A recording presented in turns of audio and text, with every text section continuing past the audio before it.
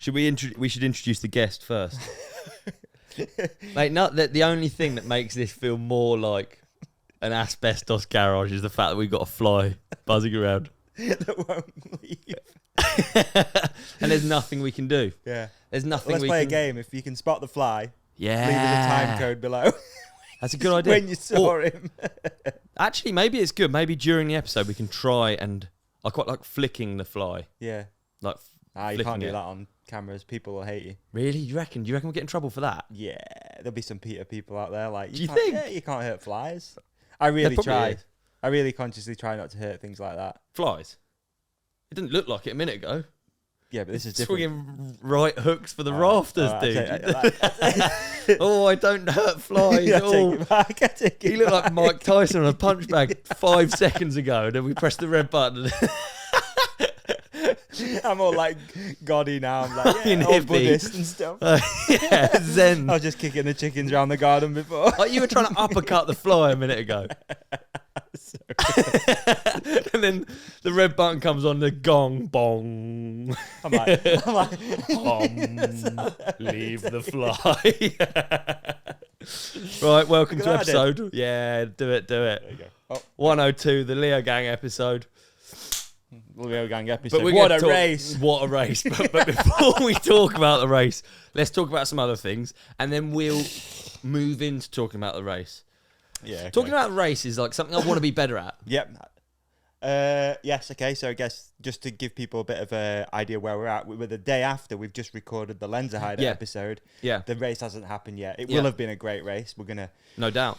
Put that out there into the ether. It's going to be a great race. And I'm with you. Hopefully people enjoyed the last episode where we had DV in studio. Yeah, DV was great. Yeah. I think what... Shame he left to fly. Yeah, that came out of his pants. I saw it crawling out his pants halfway through the episode. The thing was like, get me out of here. It's too much. It literally eats feces and it had to get out of there. It had to get out of there. So you do the maths. Thanks for that, Dave. Yeah, cheers, mate. Yeah. I was talking to Dave about it and we were like... Because obviously people that listen to this are on the same journey as we're on. Yes. You know, we're learning. We're trying to get better. Buddhism, whatever. Like, I find it really hard when we start talking about, like, let's say a race or an event. I find it really hard to not just try and mention everything. Yeah. So I think what I want to try and do and what we're about to do, hopefully, for the Leogang race, is maybe we'll just pick fewer things and go into them in more detail because... Yeah, I'm with you. All of us were doing the same thing, weren't we? We've all got, like, I guess, what would you call it? You know, skin in the game with certain people that we're friends with or that have been guests on the show before. And you almost don't want to miss out mentioning the name and giving them a bit of a shout out. And exactly.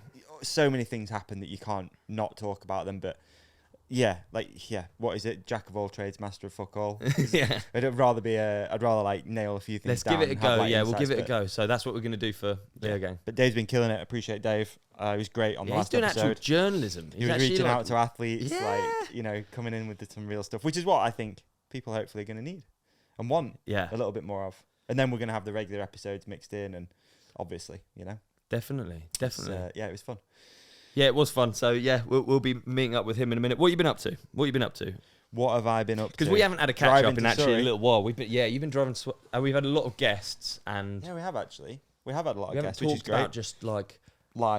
Life, yeah. Life's okay at the moment, to be honest. Yeah, like a little life update. Life's all right. We've got a lot going on up north with moving house, potentially. Sold our house, have bought another house, but we're going through that whole thing now where it goes really quiet. And you don't hear anything, and you're just like, is everything all right? Like, what's going on? But that's going to be happening, mate, which is going to make life easier. Excited? Yes. Excited, yes. Little scary. Yeah. But that's normal. I think that's no doubt a relatable thing to everyone out there listening. You need somewhere to live, and the interest rates at the moment and stuff like that make things a little bit more scary. The process being that long can be good because it stops it from being like getting a tattoo in Vegas. So true. That's a good point, actually. But also, you delve deep into the self-doubt parts of your mind. There's a lot of worry and there's a lot of that, man. And I do live my life that way anyway. I always think that everything's going to end. Yeah. And I need to be a little bit better at that. It's like with everything that I do, I'm just like, that might end tomorrow. And then what? How do I do that? How do I, and in 30 odd years, it hasn't happened. It will do one day, but like, I've got to stop. Yeah, there's a little bit of anxiety there about it, if I'm honest. But I'm learning that, and I'm just like trying to take a leaf out of your book, which is just be present and just go with the flow. And it just happens how it happens, and that's it. It's all you can do. It's dangerous taking leaves out of this book, but I'm ripping them out at the moment, man. I'm taking leaves. Yeah. Well, I guess, it's. I think it is the case. Yeah. I always think as well, some other people do it, so. Yeah, you need somewhere to live. You know, you're capable. Yeah. It's not like. And I think sometimes you need that little nudge as well in the right direction, because it's like, you know, maybe you have to take a few more things a little bit more serious. Maybe you have to look at your finances, because I'm pretty bad at that, being honest. I don't look. Yeah. I've got a real issue with looking at my bank account, and it's from being so poor for so long. Yeah, I'm with you. When I open that app, I'm like full of anxiety. I get sweaty palms, even though I know that it's it's in the positive, which is good. But there was so many times where I'd like open that app and just be like full of anxiety, or go to the cash machine is the worst one.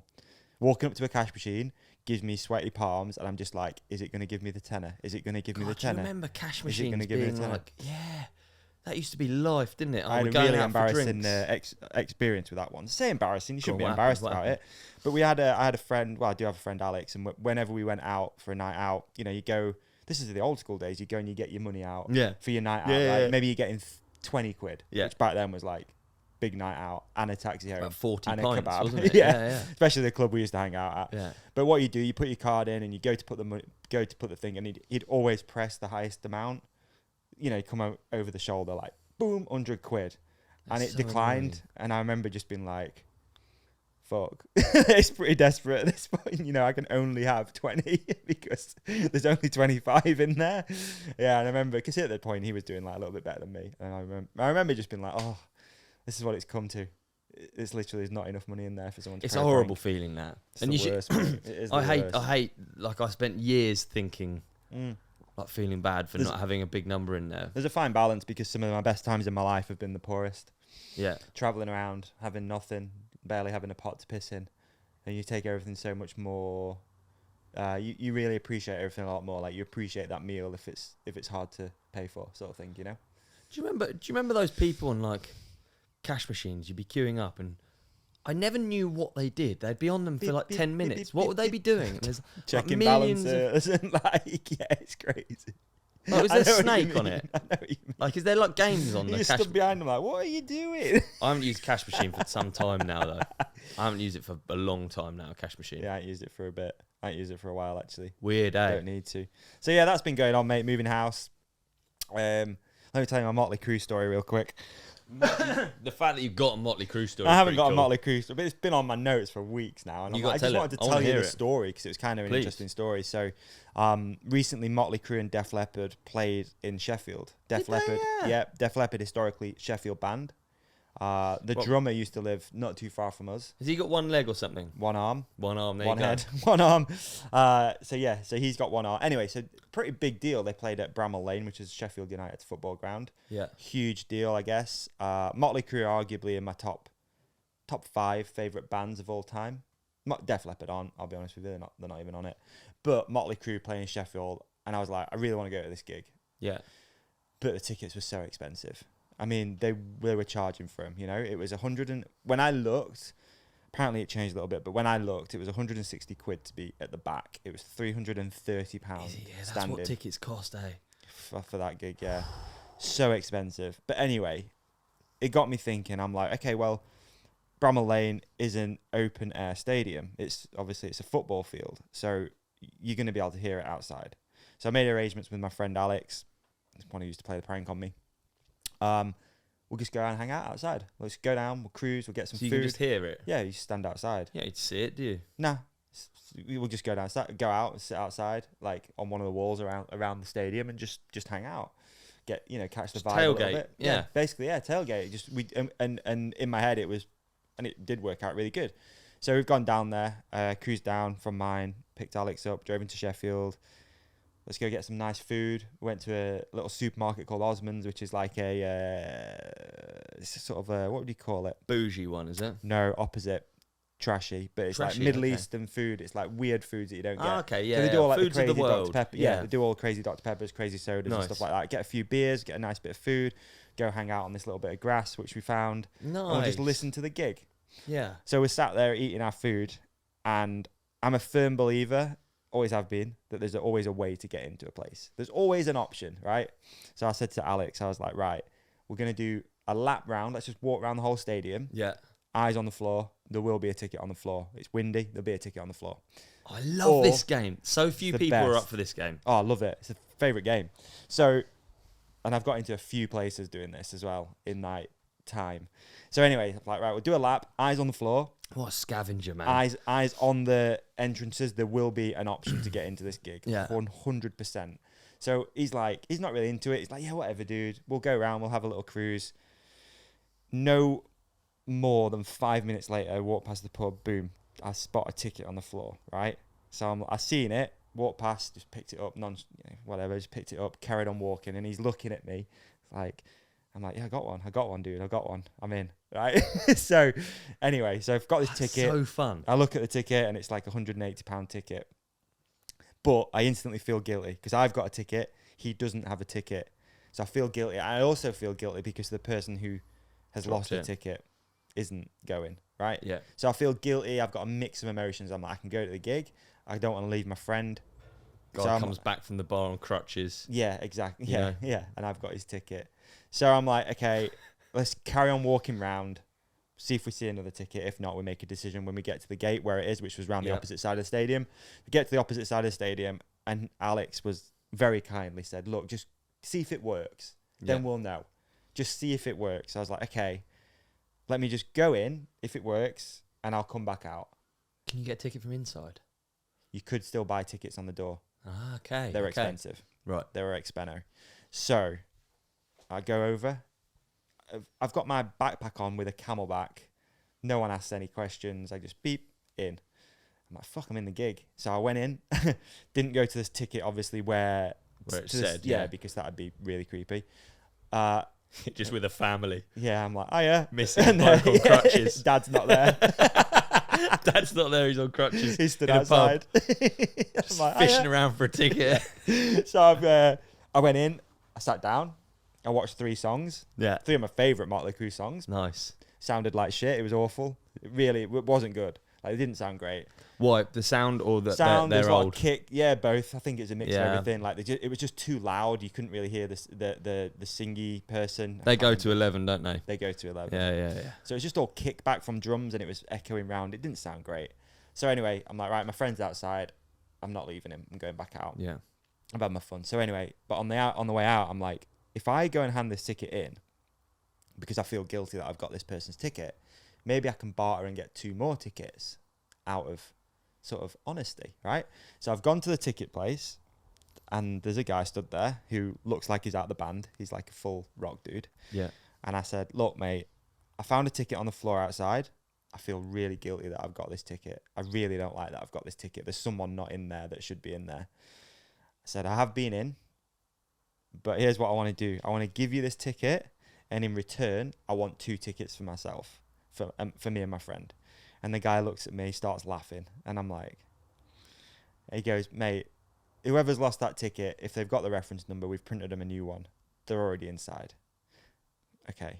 He goes, so listen, I know you shouldn't be in there. If you want to go in, you go in. But if you don't go in, then joke's on you, basically. Like, you know, you've told me you shouldn't have told me something, right? So I was like, fuck, okay, all right, okay, so he wasn't giving you another ticket now? No more tickets. He just laughed. Anyway, so I'm like, went outside, see my friend. We sat on the wall outside. I'm like, I'm not going back in, dude. Like, I feel guilty. I'm in, you're not in. Yeah. Doesn't feel right. So then a ticket tout is walking towards us, and there's another dude walking this way, just a general member of the public. The ticket tout has got a ticket for sale for 150 quid. And he's like, does anyone want this ticket? It's 150 quid. It's a 300 and odd pound ticket, whatever ticket. And this guy, literally in front of us, as close as we are now, gets talking to the ticket tout. And he goes, look, if my wife found out I bought this ticket, she'd kill me. Like, I really can't afford to do it. Def Leppard are my favourite band.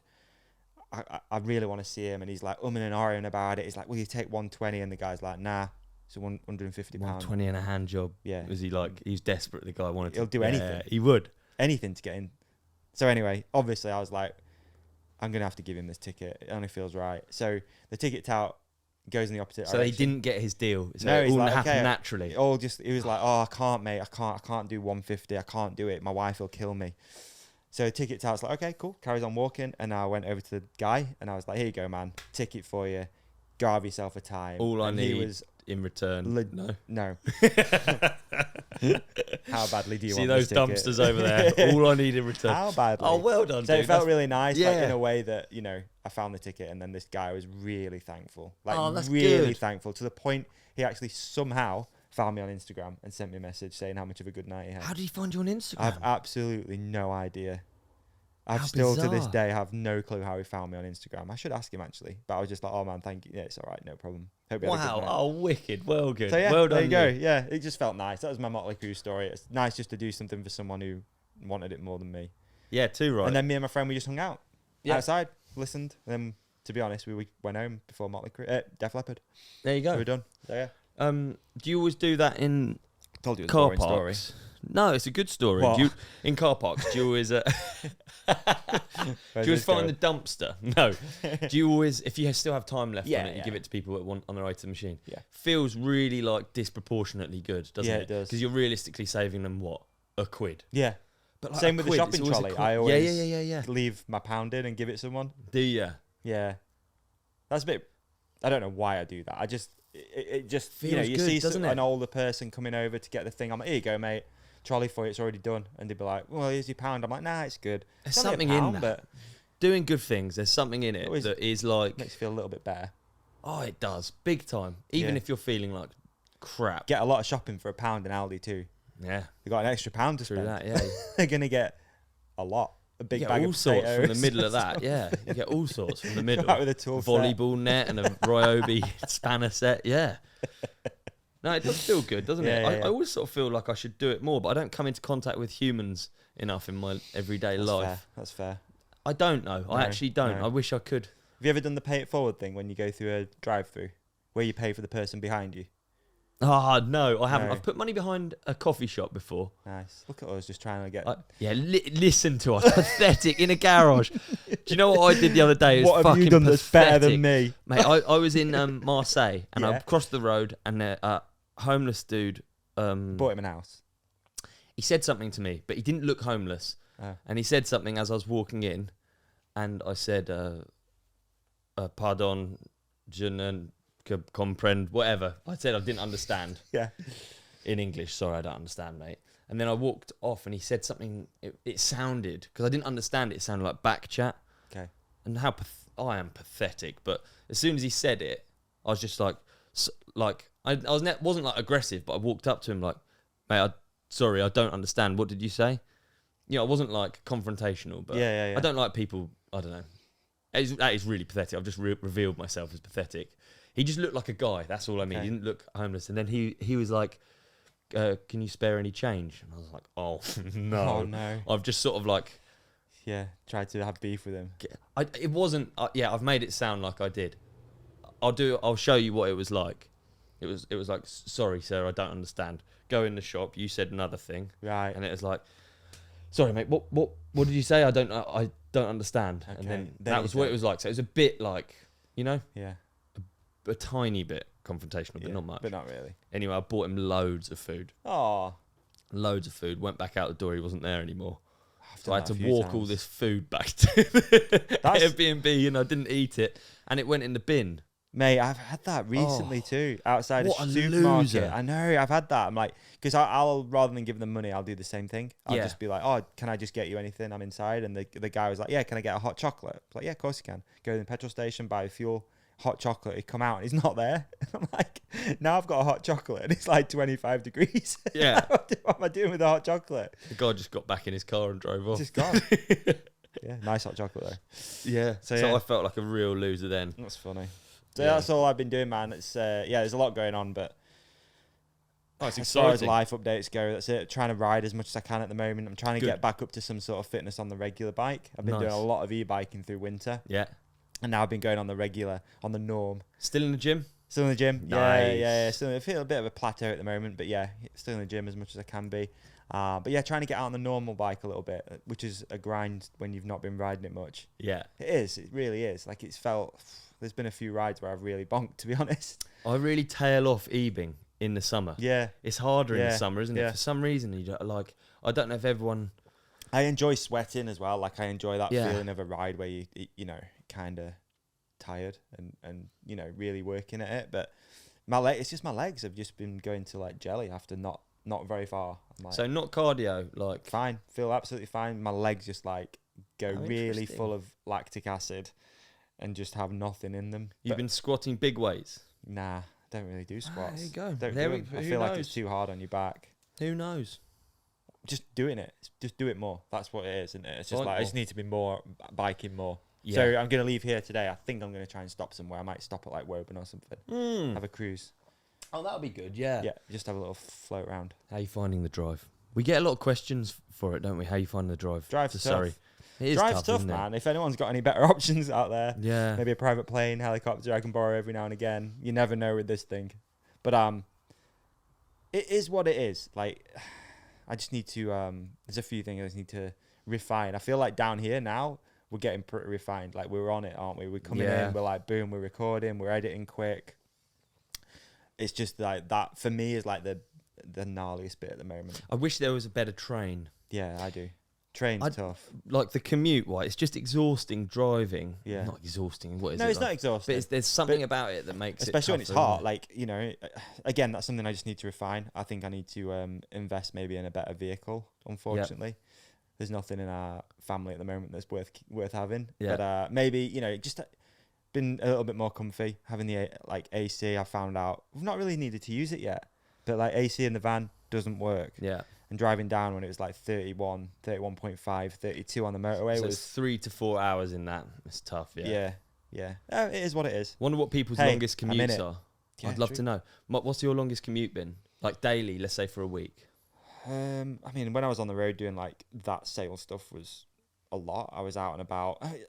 I've never really had a commute to a spot, like an office. I've never done that. Longest drive I've ever done was a really big one. That's from England to Norway, but via Poland. Yeah. So that's the longest drive I've ever done. It was 30 something hours, Yeah, that's a lot, isn't it? non-stop, no sleep, just going. It's one of them. I don't mind it, but I do mind it sometimes. It's just because it's frustrating. You just like, especially if anyone knows the geography of the UK, the M25 is notorious for being it's just whatever time of London, day innit? it is. Yeah. It's just gnarly, and You've it's just got to get around London. it's plain sailing from my house to the M25, and you just like, this is going so good, and I don't even look at the sat nav because as soon as I see red, I'm just like, fuck, you know, a little red line. So I'm like, from my house, junction 29 on the M1, all the way down to the M25, which is junction 9 or I don't know, something like that, is like fine. And then as soon as you hit the M25, it's just gridlock. And you're so close, but yet so far away. So annoying, man. You know? So annoying. And then they actually exit to get off the M25 to get on the A3. Yeah, it's always tough, isn't it? Yeah. There's all roadworks. So yeah, boo-hoo. What's going on with you? I think the longest I've done isn't... Well, I used to... And DMR is an hour away for me. Yeah. I used to do that regularly, but it was like... I used to actually weirdly enjoy it because I was like good at listening to podcasts then. And I'd have like podcasts that I enjoyed. Yeah. And I used to have a car... I tell you what, the car does make a big difference because I've had a lot of really deathly uncomfortable cars. And then I had a C180 Benz Estate. Yeah. Yeah, I had a C180 Benz Estate, and it had like all the trick interior. Nice. And it made a difference. It's Yeah. like I'm not into stuff like that, No, and it I'm not. really made a difference. does I make a finished difference. the end of my day, and I can't wait to just get in that sofa, put on that podcast that I've been thinking about all day, Yeah. get back and I was looking forward to listening to some podcasts yesterday on the way down, like just catching up on some Rogan stuff and whatnot, but because it was so hot, I didn't have AC. I had the windows down the whole way, and it's just like yeah, all the way down, headache. mission, dude. But hey, man, it is what it is. So we're in it. You know, it's what we're doing, and things are getting, like I say, they are getting more streamlined here. Like it's becoming easier to do it. This is a bit of a flying trip again, isn't it? It's like down and then back up this morning, but yeah, it is what it is. It could be a lot worse, that's for sure. I appreciate everyone's support for quite allowing right. us to be able to do this. So it's Yeah, it's all good. It's all good on my side, dude. Good. Well, it's all good on mine Thanks as for well. letting me sleep in your bed too. You what, sorry? Thanks for letting me sleep in your bed with you. Hey, it's all good, dude. It's like most double beds it's rubbish. They're big enough for 3 people. Yeah. They say double, but they should be called triple, really, shouldn't they? Yeah, it's fine. Yeah. It's all good. Top to toe is all good as well, isn't it? It's not that weird. Nah, Some call it top to toe, some call it 69. Yeah. Meal for 2 with a shit view. Right, I've been the Goodyear the Goodyear Jono's Magical Mystery Tour has just come out on worst segue ever. You can't just brush over it, can you? Right, Wow. did you see it or Never did you heard. not? Did you watch it? No, not yet. You gotta watch it, man. It's Okay, on the Goodyear sorry. channel. I always feel really bad for like companies when they're starting their YouTube. Like they want to get like views like Yeah, of course. their riders get or their. Yeah. Well, I'm And- going to watch it as soon as I can. I didn't. Thanks, dude. Yeah, it's Appreciate only just it. come out though. In my defense, It's only just come out. Absolutely. Yeah, it's No, I only just didn't come out. expect you to watch it I've either. seen all the social stuff. Didn't Obviously, expect I you was to watching watch through it, but- social when you guys yeah. were posting about it. We'll put a link in the show description, and Did there'll be we- a link above. Appreciate it. Did we even talk about it? No, not really. I don't So think we the could. idea was Jono just said to me, book these days out. I'm taking you away. Bring your passport, bring a full face, bring your e-bike, your normal bike, and some clothes, and I'm taking you away. Goodyear are taking us away for Okay. basically it's a long weekend, 3 days away. Okay. So it was really cool. It was like I'm not very prepared, as you know, anyway. But I had literally no idea where we were going. He picked me up and we just So drove. Yeah, was the so- passport a bit of a? yeah, it If was you- what was he called? exactly boomerang, whatever. No, that's not it. Red herring. We'll use that. Red I was herring. thinking, but it's better. Yeah, Red herring. yeah, it was indeed. They're Nice. actually dark blue now. They're not red anymore. But mine is red, maroon. Anyway, yeah. So, yeah, day one we just set off in his van, Right. and yeah, and it was great fun. We met up with different people along the way that I didn't know we were going to And meet. he'd organised this too. He put it Jono. together. Yeah. Yeah. Hero. Yeah, really good, and Goodyear got us accommodation. So it was funny. It was just like such, I don't know, so last minute and so unorganised in a way. Yeah. But it was great fun. Like there's certain people, like Jono's just one of those people that I can hang out with, and there's zero problems. It's like Yeah, we yeah. just have a time. Nice. Like you've got those Yeah, mates yeah. that you just hang out with, and it's just easy, isn't it? Yeah. So he's definitely one of those people, and yeah. So first day we went south and we went to Woody's, which I'd never been to before. You ever been to Woody's? No, never been to Woody's. No, it looks good though. Dude, so it's like the best way I can explain it is it's like and this is a bit of an ad, but it's like it's such a good spot. It's like synthetic mountain biking, which Okay. sounds like a diss. It's just in a field. Yeah. It's like there's no bumps, there's no routes, Okay. you know? Yeah. It's just man-made trails, and I had a time. We had such a good time. What sort of style of riding would you say it is? It looks like there's some relatively big jumps on it. Bike park, we've got jumps. Yeah. It's all really well built. It was built by Jasper. Jasper, that's right. Yeah, Yeah, yeah, Jasper Flashman, is it? Really, Yes. really good bike park, and the uplift is so quick that you kind of never. The uplift is so quick, dude. Right. You get to the top. You know, in like a normal uplift, you kind of like. You get a bit cafe legs, or you like Yeah, start yeah, chatting yeah. about, I don't know, interest rates or some shit. You lose the buzz, right? Yeah. There's no chance for it at Woody's. You're just up, down, up, down, up, down. Sick. So and to be honest, on an e-bike, you could just bang Lap the it. uplift, lap it anyway. So it was really impressive. I was amazed at like the facility. They've got this huge, big cafe area, and How many trails do you think there is? I couldn't tell you. We didn't do all of them. Oh, So- wow. So that's good. Yeah. And we filmed with Nick from Goodyear, and Joel Anderson joined us. Yes. Great to see Joel and hang out with Joel and see him riding again. He's a killer. He's coming on. He's meeting us here Awesome. in the studio very soon. So I look Awesome. forward to that Great episode. guest. Yeah. That's fun. And yeah, it was just a cool concept. We of course then went on to do 2 more episodes, which I guess we can't really talk about yet. They're not out yet. They're not out yet. No, Just the first one from Woody's is out, only first one from Woody's is out. Yeah, so we can't talk about the race. can't talk about it yet. Okay. It's a good teaser. Yeah, Will yeah, it be that's out by good the time actually. this This is episode's out? current. No. There's 3 episodes, 3 days. Okay. It was really good.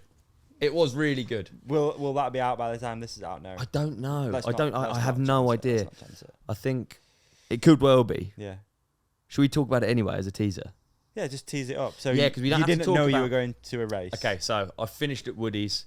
We set off into the night. I still don't know where we're going. And to be fair to Jono, like a lot of these things on videos, there's a certain amount of TV. Like it's bollocks. People do know. Yeah. You know, I guess people have guessed that some of it is fake. Yeah. He actually didn't tell me anything. So we've just set off. We've started going north, obviously, because we're already south. And as far south pretty much as you can go. Yeah. And it's Cornwall, isn't it, Woody's? Is it down that way? Yeah. Yeah. So we then headed north, and basically, I'm not going to say where or what, but we ended up at a race. So I turned up at a race venue. I was just like, yeah, Jono's done me here. He was sort of teasing it the whole time. You can see in the edit, but that's hilarious. If you can check that out, that'd be great. Yeah, for sure. Leave a comment if you're watching from the companionship. Oh yeah, the companionship would be good. Yeah, leave a comment as a companionship. What can they say? What could they write? Spaghetti. Yeah, spaghetti's a good one. Spaghetti's quite good. Yeah. Could we do? Well, maybe we could do like a. No, I think spaghetti's good. Yeah. Just spaghetti. Just spaghetti. Just write spaghetti under the video. Yeah. Okay. And then what we're gonna give them? If they write spaghetti. Some Goodyear merch. Yeah, let's do that. It's a secret Goodyear competition that even Goodyear don't know we're doing. Yeah. So I love this. Yeah. So on cool. Any one of the episodes, write spaghetti, and then we'll find them when they're all out, and then we'll give. And we're gonna give them a load of Goodyear merch and some spaghetti. Maybe a new TRC hat. Yeah. Oh. Come on, just on the fly. So good. Just on the fly, dude. So good. On that, shall we? I actually have got one more thing I want to talk about. Oh, please, I do want to talk about it. No, if it's okay. Yeah, of course. Because it's chilling. Okay. I watched a video. First, so this video is gnarly and someone dies in it. So I have to say that at the start. Right? It's bad, but it's a shark attack off the coast of Egypt. Have you seen it? It is the most harrowing thing I've ever seen. Is it really? Dude, it's like... Should we pull it up? Is it on the tube or not? No. Yeah, no, I want you to watch it. Yeah. Oh, yeah. Okay. All right. And obviously it's a really sad thing, but it's just like... It is a really sad thing. I don't even know how to talk about it. It is really sad, but it's fascinating. And you watch like Jaws and you watch like movies with animals attacks and you think, but the reality isn't as scary as that. This is unbelievable. Oh man, I don't know. Is this going to affect my whole day? It's a tiger. It might stop you going to sea a bit. Okay. It's off what the am I coast of typing Egypt. in? Do you know Egypt shark attack? It'll come up. There it is. There's so many different angles. There it is. The reason Chilling I bring video. it up, right? First of all, just watch it because I'd like to see your reaction because it shocked me at how powerful this animal is. I don't know why. There's a lot of people watching. Oh, fucking hell. Dude. Absolutely the fact mind-blowing. It says viewer discretion is advised is... Well, the guy died, and I want to be respectful about it, but yeah, the reason I'm bringing it up because it brings me on to something else. I'm really confused where this could go, but okay. Right, I'm going to watch it. I'm just going to watch the short now. Yeah, watch the short. Just because it's short. Okay, so it says Russian tourist killed in shark. What's he doing out there? Oh, my fucking God. So it just drags him under. Oh, no, come back up. It does all sorts. There's different angles of it. Is that pretty scary? Is that volume down? Sorry. Oh my God! I mean, the volume is interesting because you can hear there's a lot of people around. Oh no, I don't like it, dude. It's a horrible thing to watch, and I'm not like making light of it at all. Yeah. Okay, so what it brought up for me, well, I mean, it's unbelievable. It's toying with him a little bit, isn't it? And then, dude, it's just taking him under and then bringing him back up. I dread to think what. He comes up upside down. It's shocking. It's like it brings him back up upside down. That's what legs and it's just absolutely showed at the start. Mind blowing, dude. Mind blowing. I'm really scared of water. Yeah, I am as well. So, okay, the reason I brought it up because I watched that and it instantly made me feel horrible. And I'm sure many people have done it before. They've been sent a video and it just leaves you like, ugh. Yeah. But what shocked me about that is that we're in such an episode of Black Mirror. I've seen in the various videos there's like 6 angles of the shark attack. Oh, you mean that people watching? All people just filming. That's the last thing I think of doing is filming. If I see something, all right. I'm not saying I'm gonna You're not going hold my beer, rip my shirt off, do a massive dive in and help him. But I'm gonna try and do something, right? Yeah, it's true that. Like it's like a Black Mirror episode, and it really struck me. I was watching it and I don't really like all that kind of rubbernecking. I don't normally watch those videos. I can't remember. I think I watched it by accident, and it was so shocking. Yeah. But it really made me think. Like, what would you do in that scenario? What would you do if you saw someone, let's say they're 20 feet off the coast and they're being dragged around? I mean, you're making a call to what? 999? I have no idea what I'd do. I genuinely, I don't think I'd film it. My first reaction isn't like phone out. I think if I was on the coast, I'd like go in the shallows and splash the water, or just do something to like distract it or something. Yeah, just to have some input. I'm not saying I'm going to go and get the shark in a headlock or go and stab its eyes or something, because I don't think you have to just be real with yourself. Maybe you would go in. I just don't know. I wonder what people's people's motivation is for filming it. Like, why are they doing that? Is it fair? I have no idea. What do they think? But so many people did it. So many people, and it's how is that? I actually watched a video the other day. It's really similar. It was in somewhere in the UK, and it was a jewelry store being robbed middle of the day. Just 3 lads that smashed the window in, and they were just taking jewelry out of this front window of this store. And similar, like, and Emma pointed out to me, she's like, look at everyone, and everyone was just on the phone, just doing that, and people just walk past and they look at it and just carry on walking. Like, how did that become normal? Like, how is nobody? I mean, there's 3 guys, right? They're obviously lads. They're black hoodies on, blacked up. They got hoodies on, black balaclavas, sledgehammer. You're not going to go and tackle them. That's fair. I mean, maybe you kind of could. I don't know. Depends who you are. But to just stand there and film it. But I guess the difference would be that's like a crime taking place, and you like at least their footage could be helpful. True. In prosecuting someone. Yeah. What but maybe that bloke's not going to be like, oh, cheers for the footage, mate. That's mint. I'm going to put that on TikTok later if he gets out. He's not going to be like, no, it's so let's true. make a what reel. Is the motivation it's behind like, why are you doing it? Like, go in the water. If I can't think that if out of those 6 people, if all of them went into the water, and I'm probably talking shit, and probably people are going to message and be like, nah, all 6 of them would have got nailed by the shark. But I can't think that wouldn't have some kind of positive effect. Like, yeah, mate, it's so true. I don't know. Like you say, it does feel like Black Mirror when there's that much. Doesn't it?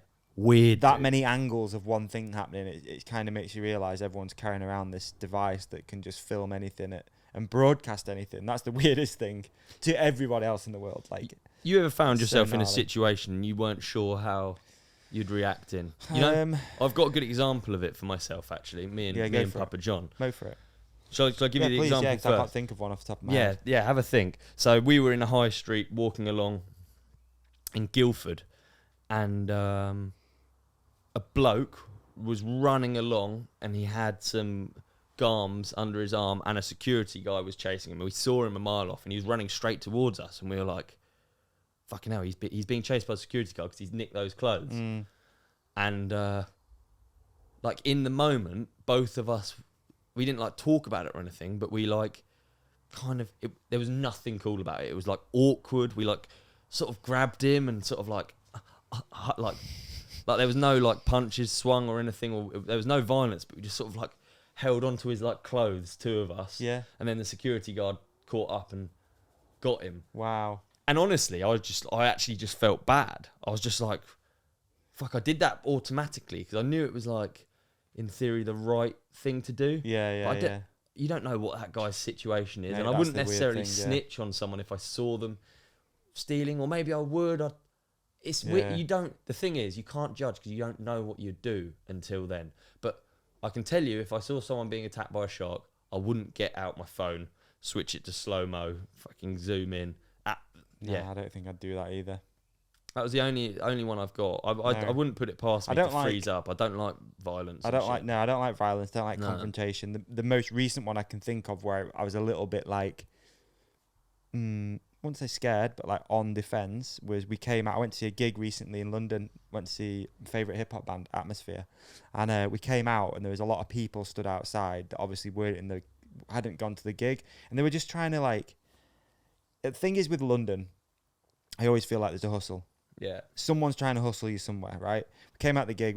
There's me, 2 friends, and Emma, and we're all a bit drunk.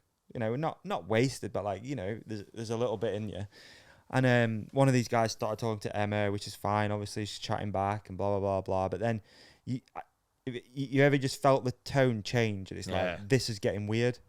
And I was like, dude, like, we're good. Like, we're leaving. And he was like, yeah, bruv. Yeah, I'm coming with you. Yeah, I'll come with you. And I'm like, no, dude. Like, we're good. We're going this way. And it just there was a lot of the same group surrounded. Yeah. And my heart was going a little bit. I'm like, this could get really fucking zesty pretty quick here. Like, what is going on? What's the hustle? Is he just trying to be friendly? Is he saying, I'm just going to come for a drink with you? I hate all that stuff, man. And it to the point where I really avoid any of those situations. People are good at it as well. People are good at it. Like he's done that. Yeah.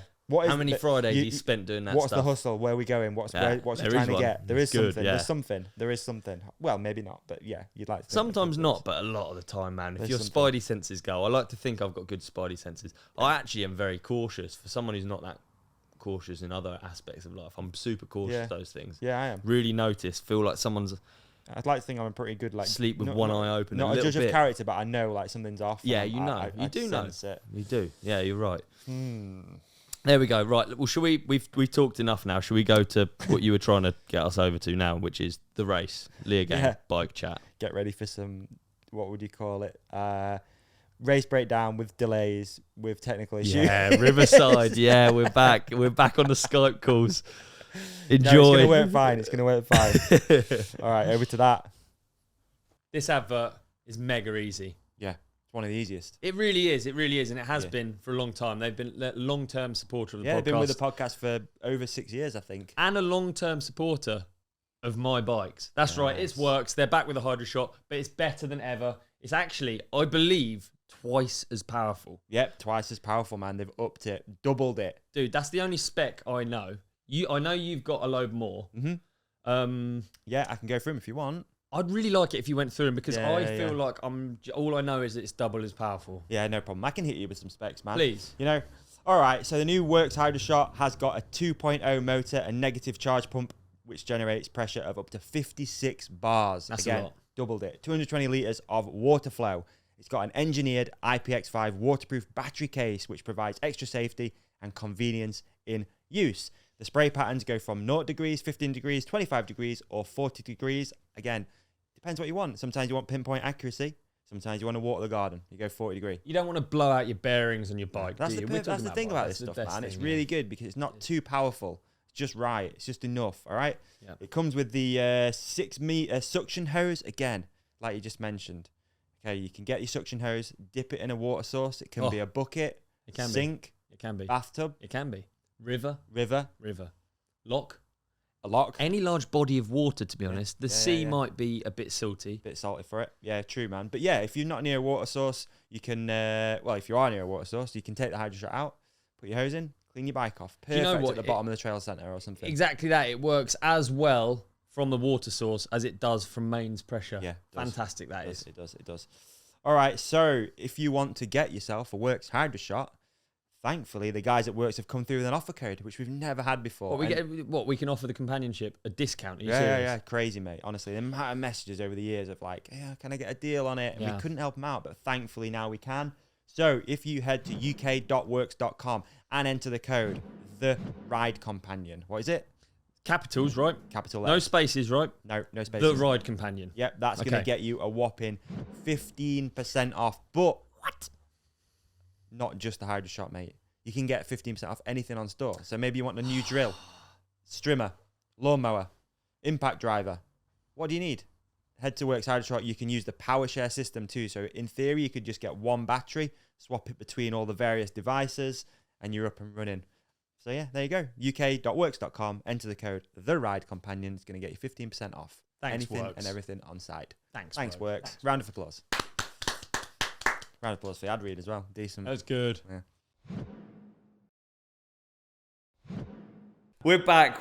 That's right. We're live, we're on the road, and we're reporting. Should we pretend that we're in Leogang? It's cool. We're recording live from Leogang. That's why we're in. Should we do that? Yeah, why not? Okay, we'll start No, again. there might be some expectations if we say we're live in Leogang. That's true. Some actual insight that we can't provide. Oh no, you're quite right. Okay, we're not live from Leogang. Everyone listening, we're not live at all. It's not even live, but we're making it happen. We're hustling. Davey's had serious technical difficulty. I think he left his laptop in a chicken coop in some sort of weird accident. He put it down with slippery fingers, didn't he? I think he did. He put it down with slippery fingers. He's messed up his. What can we do? What can we do? We're but he's sorry he can't make it. It doesn't matter. We've got what were some of your nicknames we're working with so far? Because I feel like people have submitted some. Oh, have they? Have they actually submitted some things? A little bit. There was a good comment. It was like it was something about Dave saving the day. Save the Dave. Yeah. Colour analyst. Yeah, well, we know where that came from, don't we? We do, but there was actually in Davey saying colour analyst.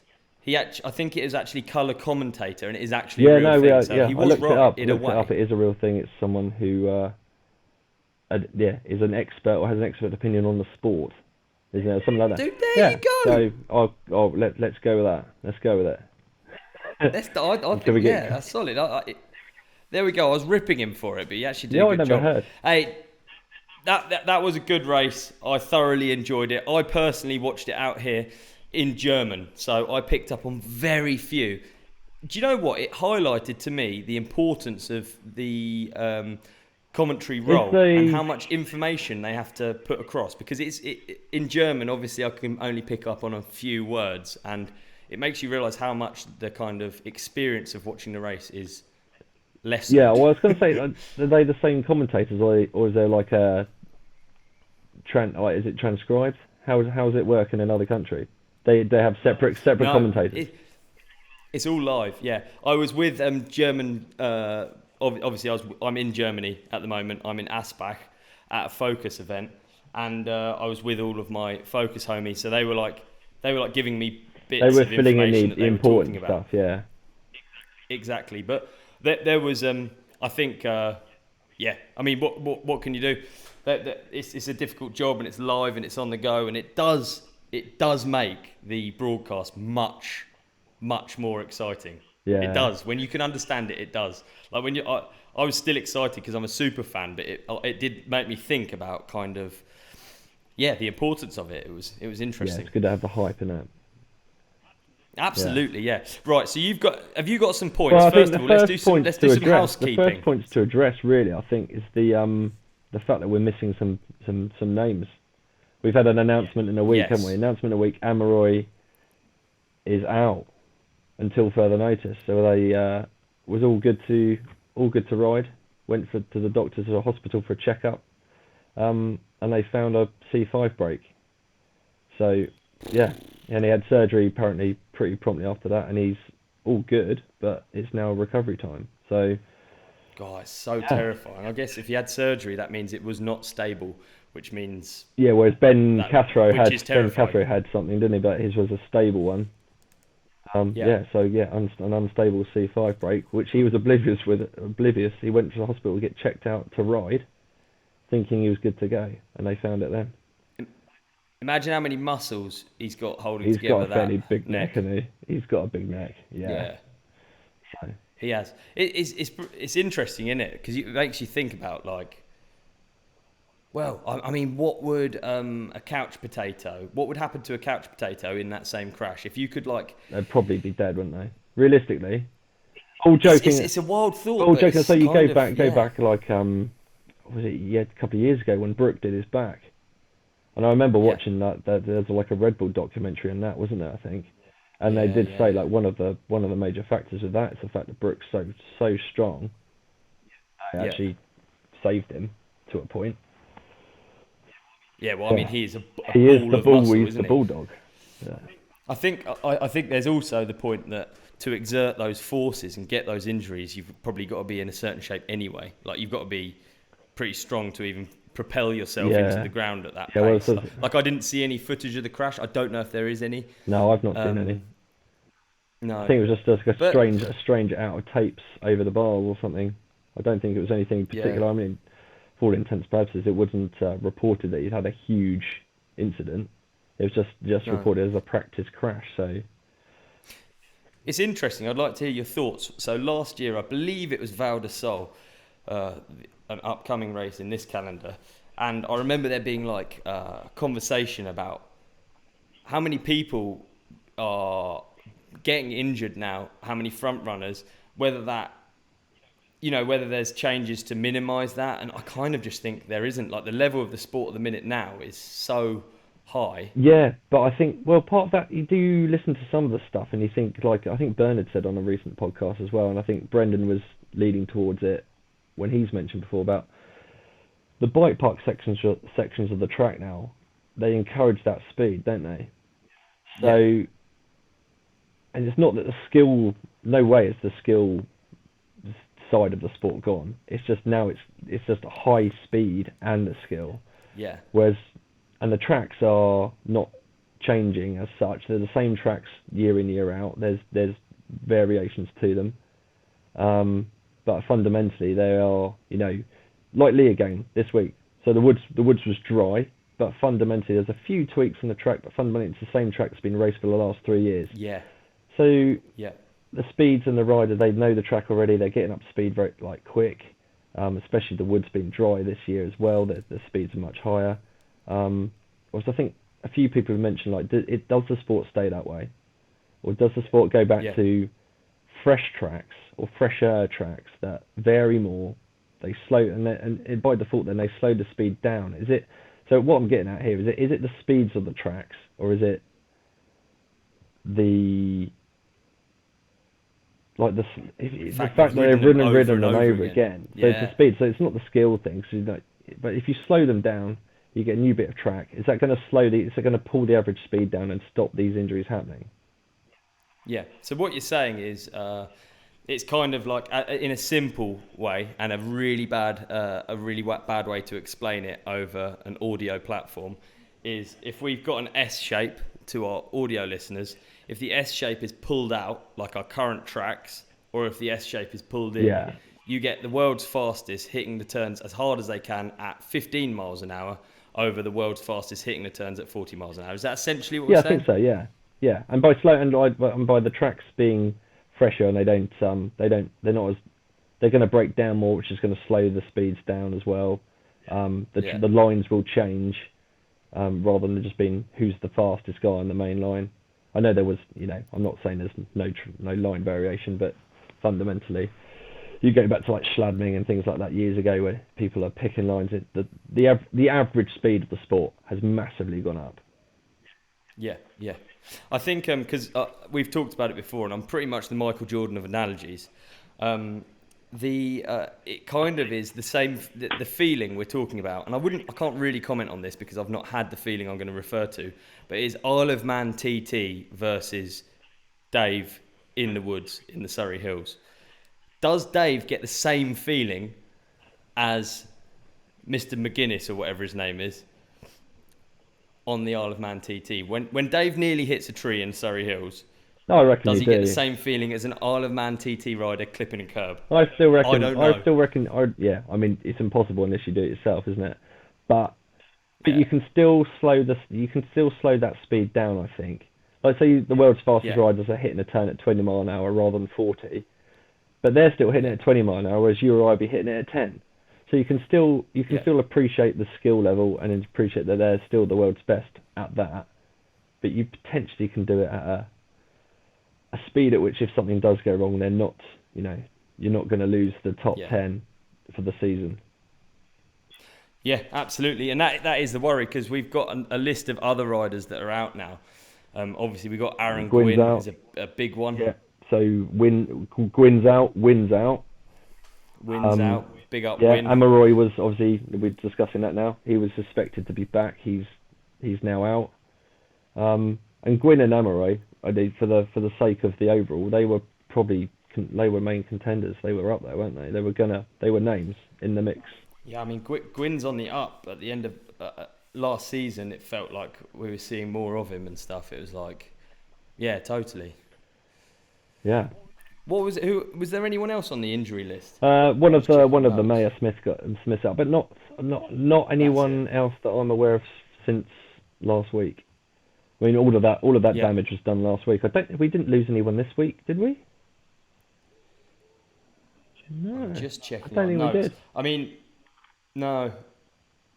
Well, we don't want to say that in case we did, but yeah, I mean, yeah, it's wild. It does make you think, doesn't it? But a part of that also makes me think, I wonder whether you've got to be careful what you wish for, because for the sport, it's great seeing people flat out.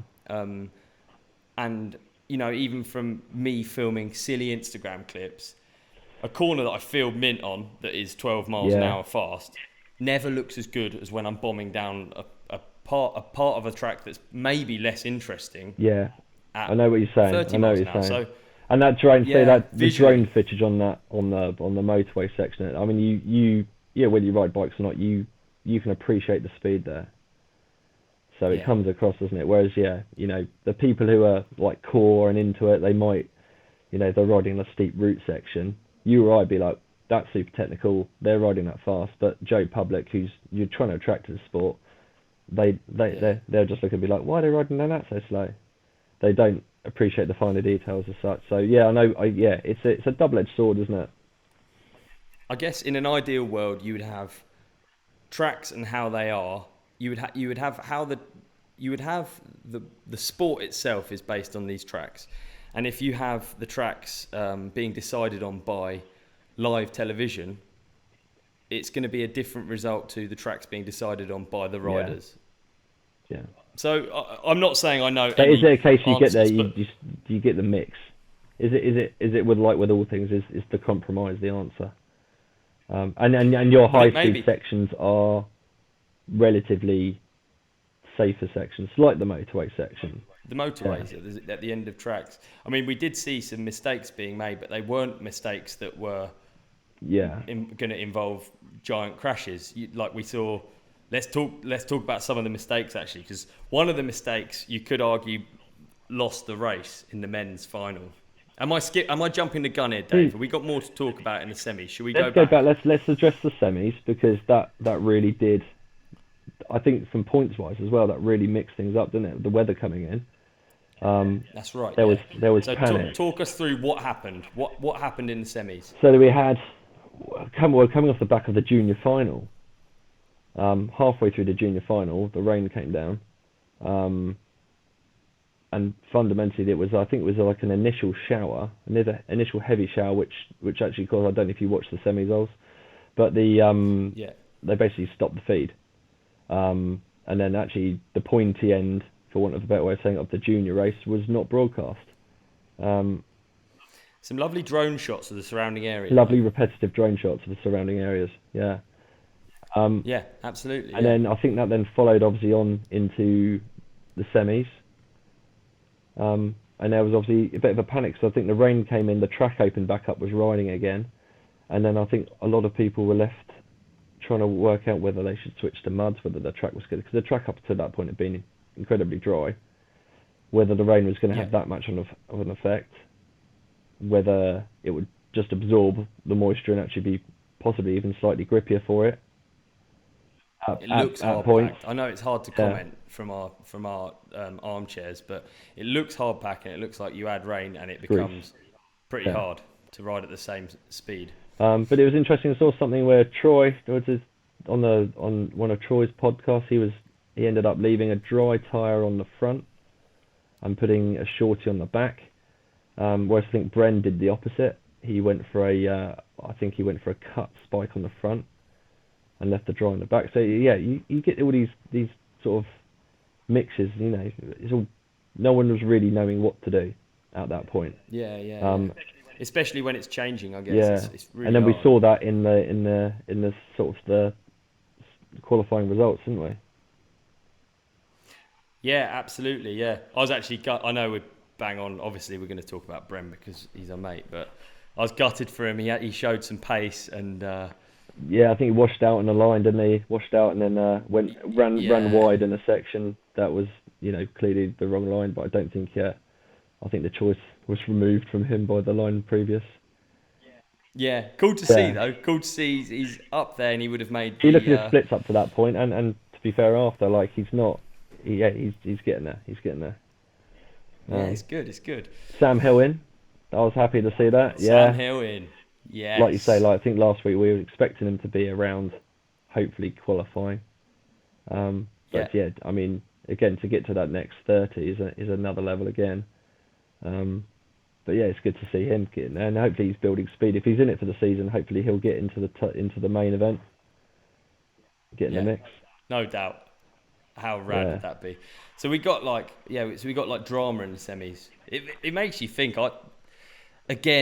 I like semis because it's just more racing. It makes the output more difficult. Like it's almost, arguably, I would say it's harder to be a casual watcher because there's information coming from two races all at once. So you get excited about the semis, but the finals really are still the main show. But you could easily get, you hear a big headline about someone doing well in the semis, and you see the hot seat pictures and stuff, and you're like, I don't know. And I think like fundamentally, this isn't the right word to use. It's fundamentally, you get hyped about that, and then the semis is irrelevant. Well, it's not relevant at all. But yeah, you still not for the overall, but for that race. Yeah, that's what I mean. It's like I think the semis is obviously crucial for points for the overall. Yeah. But not necessarily. It doesn't necessarily identify who is going to win the main event. Yeah, totally. I'm going to get. We're really pro here. I'm going to get the results up because I actually don't have them ready. Have you got them printed? I've got them here. I can get the top fives. If that's what we're. Should we just go top fives? Top fives. Let's go through it because. Otherwise, we end up waffling on, dude. Well, actually, let's just do this quickly because I feel like they deserve a mention, and we said we were gonna. Let's do the top. I've got the top threes for the juniors, for the women. Let's do that.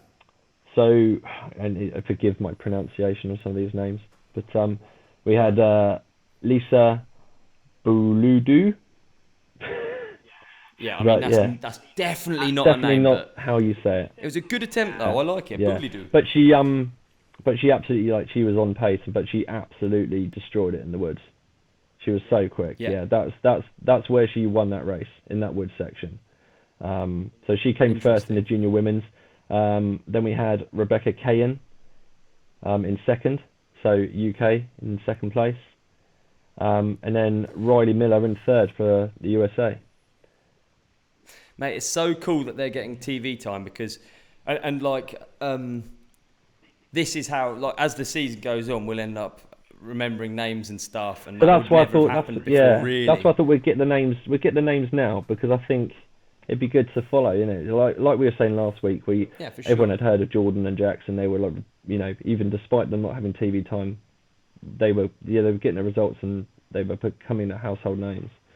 So I mean, let's follow this and let's see if these become weekly the names, and then follow them through until they get into the elites. Jordan and Jackson, interestingly, were like so standout because they were getting elite times. Yeah, that was the big difference. But and whether they hadn't been doing that, whether we wouldn't have had any interest as such in the juniors. Do you know what I mean? They weren't getting the TV time. There was no other way of following it really. One of the other big differences from the juniors is that they go straight from their practice into their finals run or their quali run, however they do it, they come in. I think that's one of the big things that as you move to elite, I feel like you have to get used to. Just that waiting around is just horrific. To me, it's horrific. Yeah, so I think they practice in the morning, don't they? They get morning practice and they go up on quali, and then they do their finals the next day. Without a huge gap. Yeah, so it's all fairly consecutive, whereas the elites are then spread across effectively 3 days, aren't they?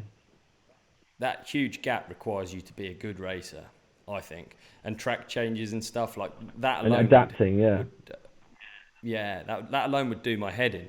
I'd just be thinking about there's that track with that loose turn that you think.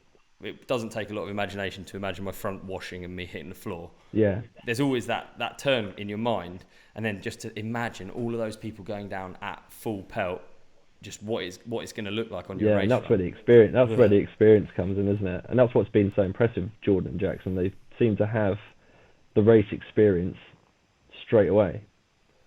And that's why they're again Jackson. We get to it in a minute, but that's why Jackson's up on the podium, isn't it? Like, again, it's their rookie years in elites, but they're not rookies. They're seasoned racers already. Yeah, totally. Yeah. Okay, so that's the. That was the junior women's. Bit of a mix-up in the junior men's, as we mentioned before, because of the rain, because of the weather. Right. The sort of they effectively run them slow to fastest. So our previous winner from last week came down in the wet. And what was the time difference, or like what was the position? I haven't actually got his position noted down because there was a few standout rides in the wet. We had a couple of hero runs, but again, this is all I haven't seen them. This was just noted in the results because also a lot of this happened off screen. You might have seen them because they might have been in some of those drone shots. Like just in the distance. Just in the distance, yeah. Yeah. But so we had Leo Abella. Was the last man down before the weather. So I think he's like reigning French junior champ. Yeah, I respect the way you said his name as well, because it was with a tiny bit of a French accent, which I really liked. I tried a little bit. Yeah, I liked it. And so he was last man down before the weather really went. He literally they held it they held the start after his run. So he won.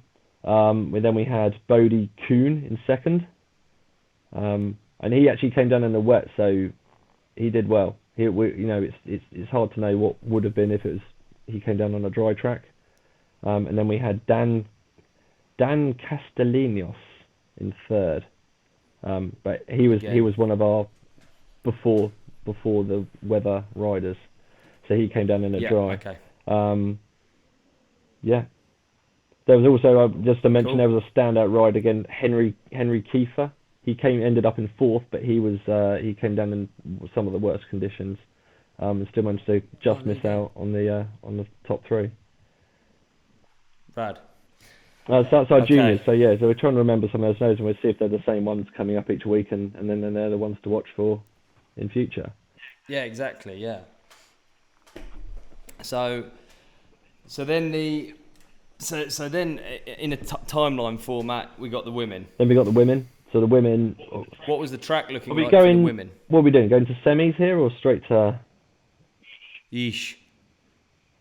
I feel like what are there standout things from the semis?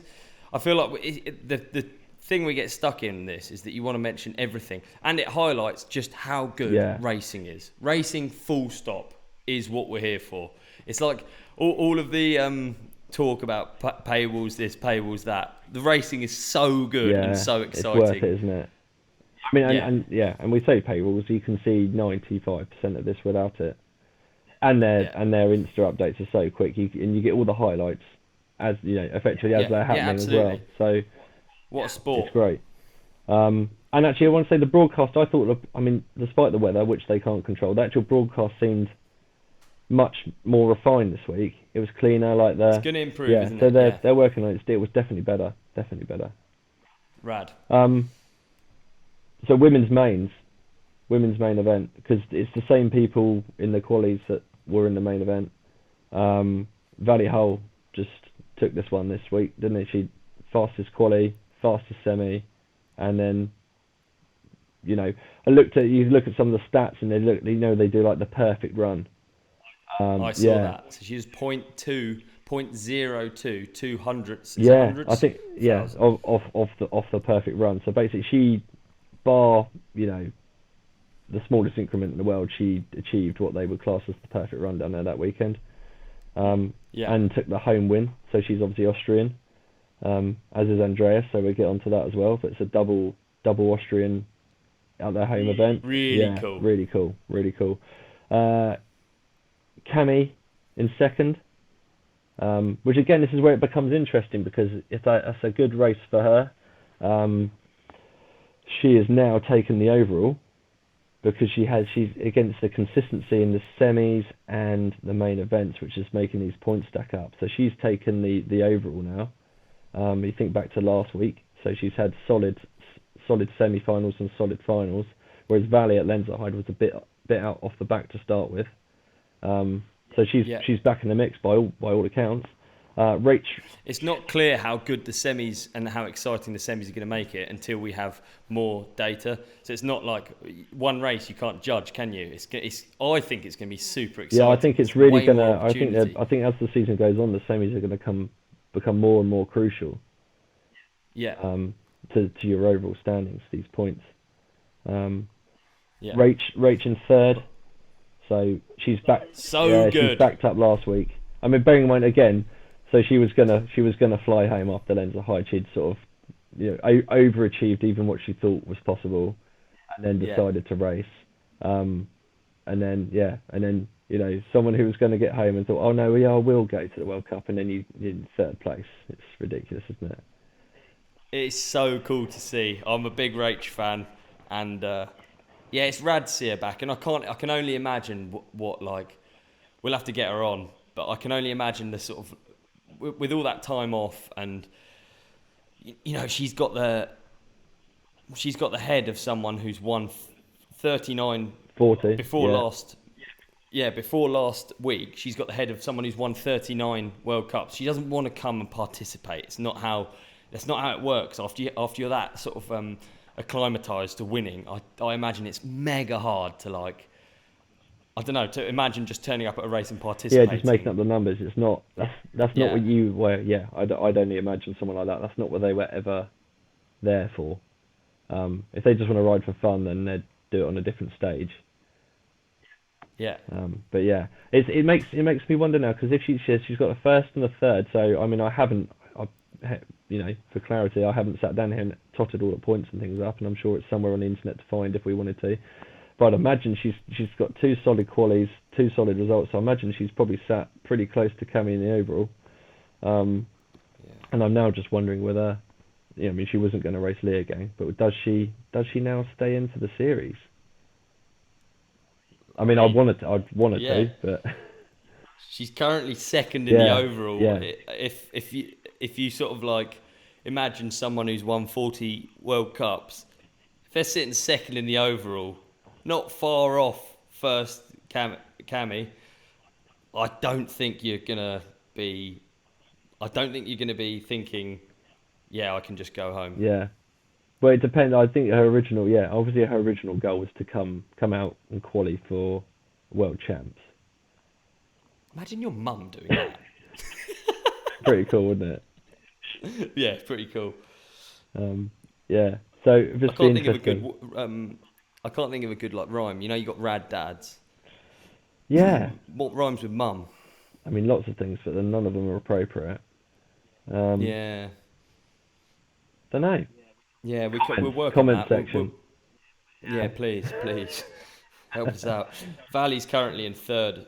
Yeah, I was going to say, yeah, she must be getting up there. She's solid result there. So, but the points are tight though. Well, that's the thing. I think the semis is really going to make it and hopefully if we can keep, if the riders stay there and they don't get injured, and we don't just end up with some of the main contenders falling out through the season, it'd be so good to get down and by the last round or last couple of rounds, and you're working out all the scenarios and point scenarios and things like that, and it just makes it more interesting when there's a battle. Do you know what the semis has made us skim over is the fact that you do also get points for quali. So it's that it's there's loads of opportunity for points. Quali obviously is less, but still it's quite a complicated thing. The points, they're going to look way different than numbers, aren't they?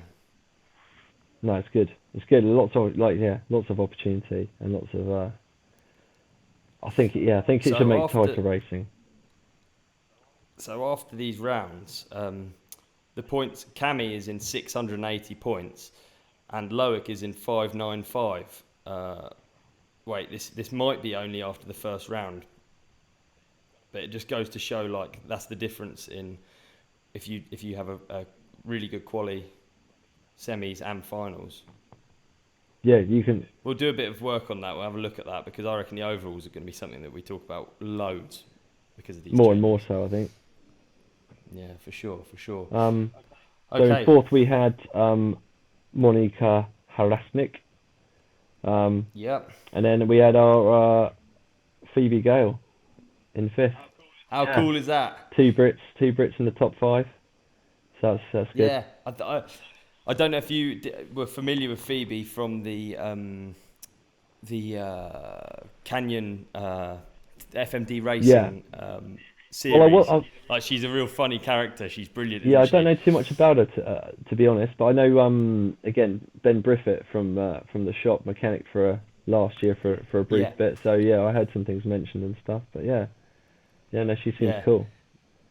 Yeah, good fun. That's a big result. Yeah, no, hopefully with all these results, I think it just hopefully just makes the riders realise they can do it, gives them the confidence, and you can see them hopefully run with it and be back there again.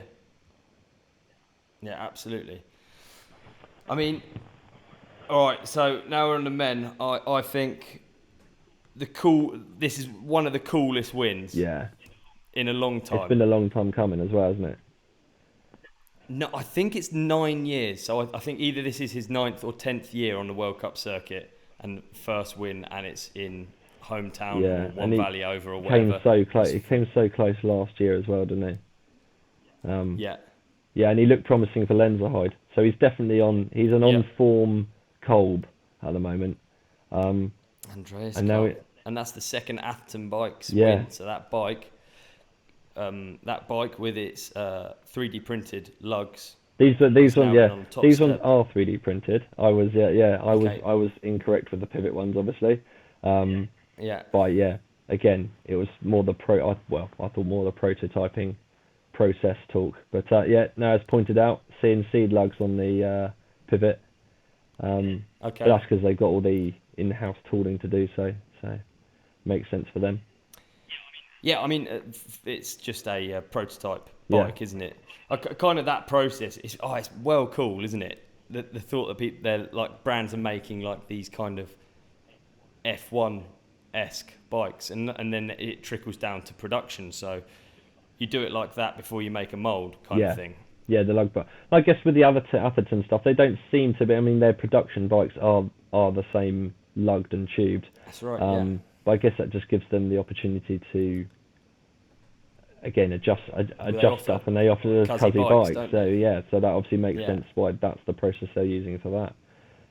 And obviously the Specialized, we don't know what's going on there, but I'd imagine again that's probably going to be a moulded front end as and when. You were good at this. Great segue. Loic Bruni in second on the Specialized. We're probably skimming over 9 years of someone's work I think we'll to get there first.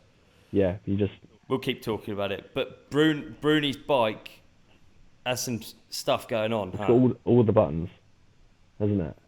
All the buttons. What could the buttons do? So talk me through what the buttons are, what they might be. I think one of them is suspected to be a compression, some kind of compression lock. Whether we had whether we had one for the front fork and one for the rear shock. Okay, So basically, it's like the stages. It's like the compression stages that you get on a shock, but just remote. I think possibly just remote. Because again, that motorway section, if you're trying to tuck carry speed, you're not going to want your fork as active or your shock as active as you are in that lower section. But again, it's something else for the rider to think about, isn't it? Yeah. You got to be good at two different bikes then, essentially. But he's in second place on a World Cup podium, so... Yeah, so he's obviously got the knack of it. But all I mean is, like, for the... I'm not saying, hypothetically it is definitely an advantage, let's say that. You've only got to miss pushing that button before you drop into the woods, and then anything you've gained, you've then lost. Mate, but But then I've done this before. I've said this before about stuff like Nino's bike having... shock lockout, and then you hear from Scott Mechanics, they have data on how many times he uses it in a cross country World Cup that he's won, and you're like, wow, he's using it, and like we don't know anything about Bruni's one, but if he's got the hang of it and he's using it, or even if he's like learning, I was chatting to someone the other day, and it's not quite what we're talking about now, but in terms of tech, there's I think it's like, is it the BMC cross country team? They've now developed a dropper post that pulls down. So obviously most dropper posts in the market, you sit down to push it down. Okay, so let's start from the start. Your knee-jerk reaction. What's your knee-jerk reaction about that? My first knee-jerk reaction is pointless. Why do we need that? Yeah, same for me. But then again, like you say with the Scott guys, they've done the data on it. And then what they've done is it says it actually allows, over a lap, I think they said that it stops their rider doing the equivalent of like 46 squats in a lap.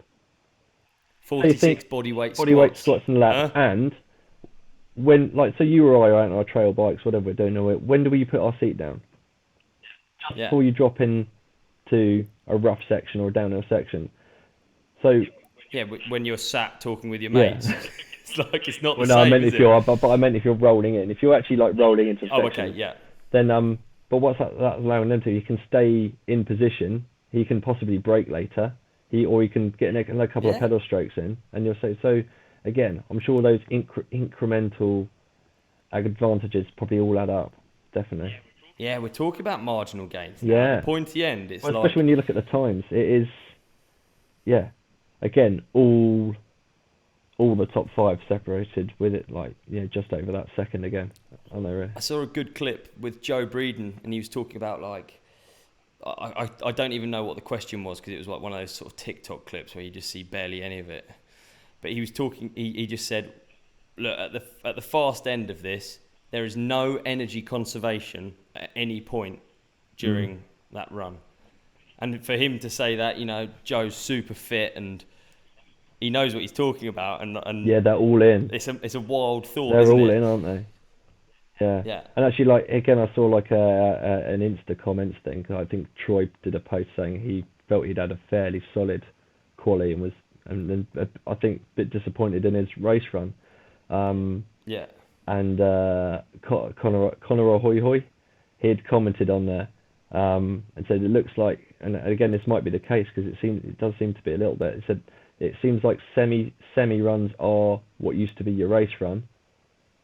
And then you've got your finals. Your finals is like that and that plus 10%, and it's just like this turbocharged. Yeah. So I guess it's knowing because none of these guys are. I think they're so tight and there's so many people in the mix that they can't manage. I mean, correct me if I'm wrong, please, but I can't see how they can like manage a safe run and save anything. To guarantee they're in the final. Yeah, I mean, what percentage are we talking about that you're pushing? It's like, it's really interesting. You talk to people that are like fast people. There, some people are really quite able to go like, that was an 80% run. I'm trying to sort of rein it in a bit and make sure I get down safe. And it makes you wonder like whether this sort of whether these finals, the old finals used to be what I thought was 100%, but whether the finals now are, like you say, like really that seems to be 100%. Everything you've learnt from going at 100%, plus that little bit. Yeah, it just seems to be they're just having to find that's like they're doing their race runs, or what was determined their race run speed in the semis, and then they get into the finals, and then that is everything. I mean, I wouldn't quite say they're like do or die runs because again, they're still. I mean, I just don't know, but it's so quick, isn't it? And there doesn't seem to be. It's a cool conversation though. There doesn't seem to be any. It's all calculated risk, isn't it? It goes a lot of the sports calculated risk, and I guess they're just maybe they're flying closer to the wire. Right. If you think about it, right, a normal race run, let's say last year the race runs were 100%. Let's just say. So you get down to the bottom of a 100% run. You haven't done a 100% run yet. Just for instance, you hold a bit back in qualies because you want to definitely make it down safe because you're not protected. Let's say, for instance. And then your first time going full gas down the track is your finals run, and that's 100%. You're going to learn like I always learn stuff. If I actually try and go quick, which is not that often, I always learn stuff. Yeah. Do you know what I mean? Like your track at home, you don't go 100%, no. Nowhere near it. And then when you do, you're like, You learn just little bits, tiny little refinements. Yeah, you learn, and normally, and I guess that's like, I guess what you're leading to is like, if their semis is their 100%, it's 100% at that time. And then they've learned from those semis, and then they know, actually, there's that corner I thought that's the source I wanted to hit it safe, but I know I can hit it quicker. I've only done it once at that speed, and now I'm going to do it. And now I can step it up and do a bit more speed, Like, that makes, to me, that makes the semis such a great addition and so exciting. And probably to a racer, it's like, for fuck's sake, I don't want to hit it faster than what I've just hit it. But for a fan, it's really cool. Just seeing that progression. Because again, I think like they all went. I mean, actually, the weather really throws shade on that one. But I was going to say everyone went quicker in the finals, but But then it happened at Lenzerheide as well, didn't they? When you think if they're doing, like you say, 100% in the semis, and then they're obviously not 100% because they're finding more for the finals. It's cool because they're just perfecting a race run. You're getting a way more. The sport ends up being a more perfect race run. The one that you see winning is like closer to it is the very fastest you can ride down that track, isn't it? It's, so we got Loic in second. That's cool to see. Do you think the team hierarchy has been settled again now? Restored, yeah. I mean, it was actually, to give ourselves a pat on the back, it was actually what we predicted, wasn't it? Because it was like, who knows, dude? Yeah. Who knows why? But for Loic and Finn to both put in stonkers is cool. And it makes you wonder. Yeah, and we got Jackson up there in third. So again, one of the up and coming talent in his rookie year. He's only waited. I mean, Jordan's was insane, but he's only waited one World Cup before he's on the podium. Jackson. Yeah, exactly. And Jackson, looking at the splits, that was really interesting because Jackson was on the. If you look at each part of the track, segment by segment, he had a weaker first segment, and a weaker last segment, which we saw on the live feed. Even his mistake at the end, and the rest of the splits, the middle sections, he was the guy, wasn't he? So out of the 5 splits, the perfect time was comprised 3 of Jackson Goldstone splits. Yeah, which again just pretty goes cool, to show them. So again, all the riders will be looking at this, and they'll be, each round they're going to come in knowing where they've lost it, what they can improve on. Yeah. Jackson was less than a second off the win as well. It's just, he's terrifying, isn't he? If I was one of those boys, and you look at the difference between like Kolb and Jackson, you just think like how big and strong Kolb is and how slight Jackson's build is.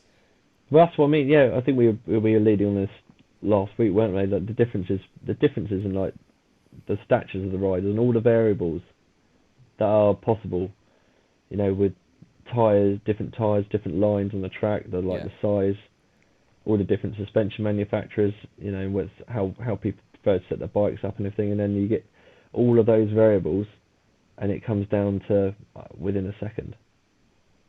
Yeah. Pretty cool.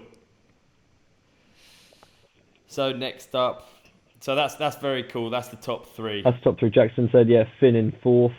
Again, there's nothing in it, is there? I mean, they've all fundamentally done the same run down the hill. Yeah, it's nuts. Finn's mistake, I wonder how much it cost him. It's very annoying. I'm sure he's worked out approximately what he thinks he lost. It's hard to say that he couldn't have won it. It looked like he was on to. Yeah, well, I say at one point, he's lost it. Yeah, he's lost it between split 3 and split 4. That's where it started going wrong for him, isn't it? And then, he's ended up. He was in touch with Andreas there. Last man down the hill, it was like, it was exciting, wasn't it? I do love World Cup racing. Do you think it's a pressure thing? I don't think it was a pressure thing. I think he's been there. He's been in that situation enough. I don't think it was a pressure. I think it was just a mistake, wasn't it? It wasn't like a pressure. It's just a race run. Yeah. Just who knows? Who knows? I mean, you can't help thinking it's really the way to become a good World Cup racer, it's like Andreas is like it's taken this long to win a World Cup, Kolb. You can't. It's like he's slow cooked his win, as opposed to sort of just coming hot out of the gate. And then I don't know. It's pretty cool. Like But I guess it's just hard to stay motivated for all those years. Yeah, but I guess it's one of those things, isn't it? You get some guys that they still haven't won one. I guess it's getting all your ducks in line, isn't it? And obviously the motivation's there to. I mean, that's the end goal. I'd imagine no one, like we were saying earlier, no one's turning up to make the numbers up, aren't they? When we talk about Rach. No. And so I think every single person there is turning up because they want that win. But 9 years of not winning. So 9 years of your primary goal not happening is just, you have to be so strong to just keep ploughing on and believing that you can win one and then to win one. Like, it's so cool. He must have been getting, you must just be also monitoring like the incremental gains. Yeah. Because I think you'd have to be a really mentally strong if you doing 9 years of it and going nowhere. So he must have, he's been building up those incremental gains, and then he's got on the Atherton bikes and he's really come into his own now. Yeah, he's going to be a dangerous man this year, I feel. Yeah, I agree. 5th place, I was stoked to see Luca on the podium. Big fan. Yeah, he's had a couple of off years, hasn't he? It's good to see him back in it. But everyone knows he's there and capable of it, and I think it's rad to see him up there in 5th. I don't know. I wish I was better at like having that like data to pull from, but I can't remember what Luca's last best result was, what his best result last year was. But it's cool to see him up there, and I'm just trying to have a look now to see if we can see what his last result is. It'd be cool to have like what the commentary team have, like where you can just, I don't know whether they have like a database. It makes sense to have a database and then be able to Let me have a look. Yeah. Thibaut Deprelles in 6th, Vergier in 7th, Ronan Dunn in 8th, Laurie Greenland in 9th, and Benoit Coulange rounds out the top 10 with Troy just after it as well. I mean, this is stacked, this field. Like, when you go through it's really stacked. It's ridiculous to have that many people that can do so well. It's absurd, actually, isn't it? It's going to be a really exciting year. Yeah, there's so many that could, and probably will win World Cups this year. Hey, funnily enough, I'm just looking at the men's splits, right? And I put down Jackson's last mistake just because I saw it on the live feed. He was actually 3rd fastest through split 4 to the finish, which is where I don't know if you've seen the video on his Instagram where he gets wildly out of control just as he's coming into the finish area where you'd think you need to carry a lot of speed, he's actually 3rd fastest through there. So he was 8th through the very first, from the start to the first split. So he actually, I mean, if we saw one mistake on the live feed and the actual mistake was further up, it makes him all the more terrifying. Yeah. 8th place through, he was in 8th. And I didn't realise at the time, but I think he was. It was reported he was actually coming off the back of a bit of an illness at Lenzerheide as well. So that might account for why he was a little bit. Well, I mean, again, he was on the pace, wasn't he? But a little bit further back than others expected. Luca's splits as well. Just whilst I've got them here, Luca was actually from the start to the first split, he was actually sat in 20th place, and then from the first split to the second split, he sat in 15th place. So Luca actually, pulled it back. It's really interesting to see how the splits, because it's like you've got all these mini races within one track, and you wouldn't have thought if you were. So Luca's goes 20th, 15th, 6th, 5th, and 5th fastest, and his overall time was Yeah, I'm just trying to find. They've got the split rankings here, haven't they? Yeah. I'm just trying to. They're actually a really mega interesting. So he had he had the fastest. Overview of the race. Yeah, he had the fastest Sector 3 split. Who did? Luca. Oh, did he? Right, I'm looking at a different thing. What's going on? Well, these are the individual splits. So these are if you effectively had 5 races in one race. Yeah. So effectively Sector 3, he was the fastest down there. But yeah, if you like, I think what you're probably looking at is his sort of running position. If you see what I mean. Ah, right. Okay, yeah. Right, that's why we need someone smarter than I to look at these things. Put the phone down, Ollie. You're getting it wrong. Shut up.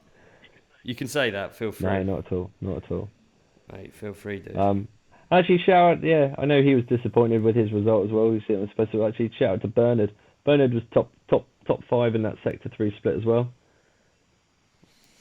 So you've got a right mix of names. So yeah, like I say, all these guys, like there's people's names in these split times.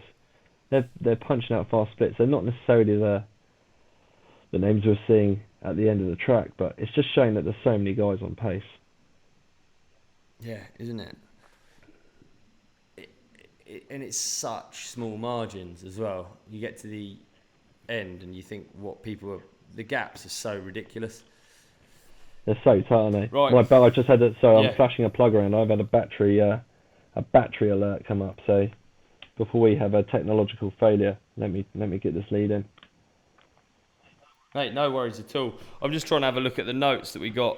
We'll be more on it with the next one. We're going to get better at this. I reckon we are getting better at this. Like the fact that the racing's so good means this makes it way more exciting for me. It's like I've got homework and it makes me watch the races in more detail and it makes it actually more enjoyable. Yeah. I love being a sports fan, and when you put the effort in, you get a lot more out. Yeah, no, definitely. We need to. Yeah, we get a bit more polished. We've lost Davey this week, haven't we? We've lost Davey, and were you I've racing? I've literally just driven 4 hours back from a race myself. Yeah, so. Mate, how'd you get on? No. Let's get to the serious. Well, hang on. No, come on, let's get to the real results. Like what? No, so I came. I did a Loic and I came second today. Round of applause for Dave, the colour commentator. That's it. Big up, Dave. But, second, that's a good result. Well, we were, if I know there's no free shout-outs, but shout out Scott Southern Enduro, top series, go. and shout out to all our all domestic race event providers. I mean, yeah, because we talk about the World Cup, but if there's none of that back home, we struggle to probably get people there. Mate, you know it. Grassroots. We grew up racing. World Cup races, yeah. I, in fact, remember Minar coming to a Longmore race. Really? Well, would that been back? That would have been like a pedal hounds back in the day, wasn't it? Yeah. Yes. Nico Vink as well. Yeah. And I mean, we get like Bernard's done a few, but Bren's done a few, like these Southerns that we're talking about, Southern Enduros. I'm pretty sure Minar was at a Longmore. Have I made that up? No, it does ring a bell. It does ring a bell. Yeah. Imagine coming all the way from South Africa and then you're in a flat field. You'll be fairly disappointed at that, I would have thought, but I'm not sure it was the key to his success. But it's interesting. Like say, one of our junior riders now, Oscar Griffiths. So he his first ever race with a Southern Enduro, I think at Milan, the classic venue, and and you think like that's his first ever mountain bike race. He's out in Leogang. He's trying to quali in the juniors. That is really cool. It's cool having a horse in the race. Yeah, you can see the progression. I always check Oscar's feed. Yeah, for sure. And he's got his younger brother Felix coming as well. We're going to have even more. We'll have to try and get him on. Yeah. Wicked. Well, thanks for that. I reckon that was a pretty good overview, dude. You still there, Ols? I'm still there. We can't have technical difficulties now. Let me just check my notes, make sure we haven't missed anything crucially important.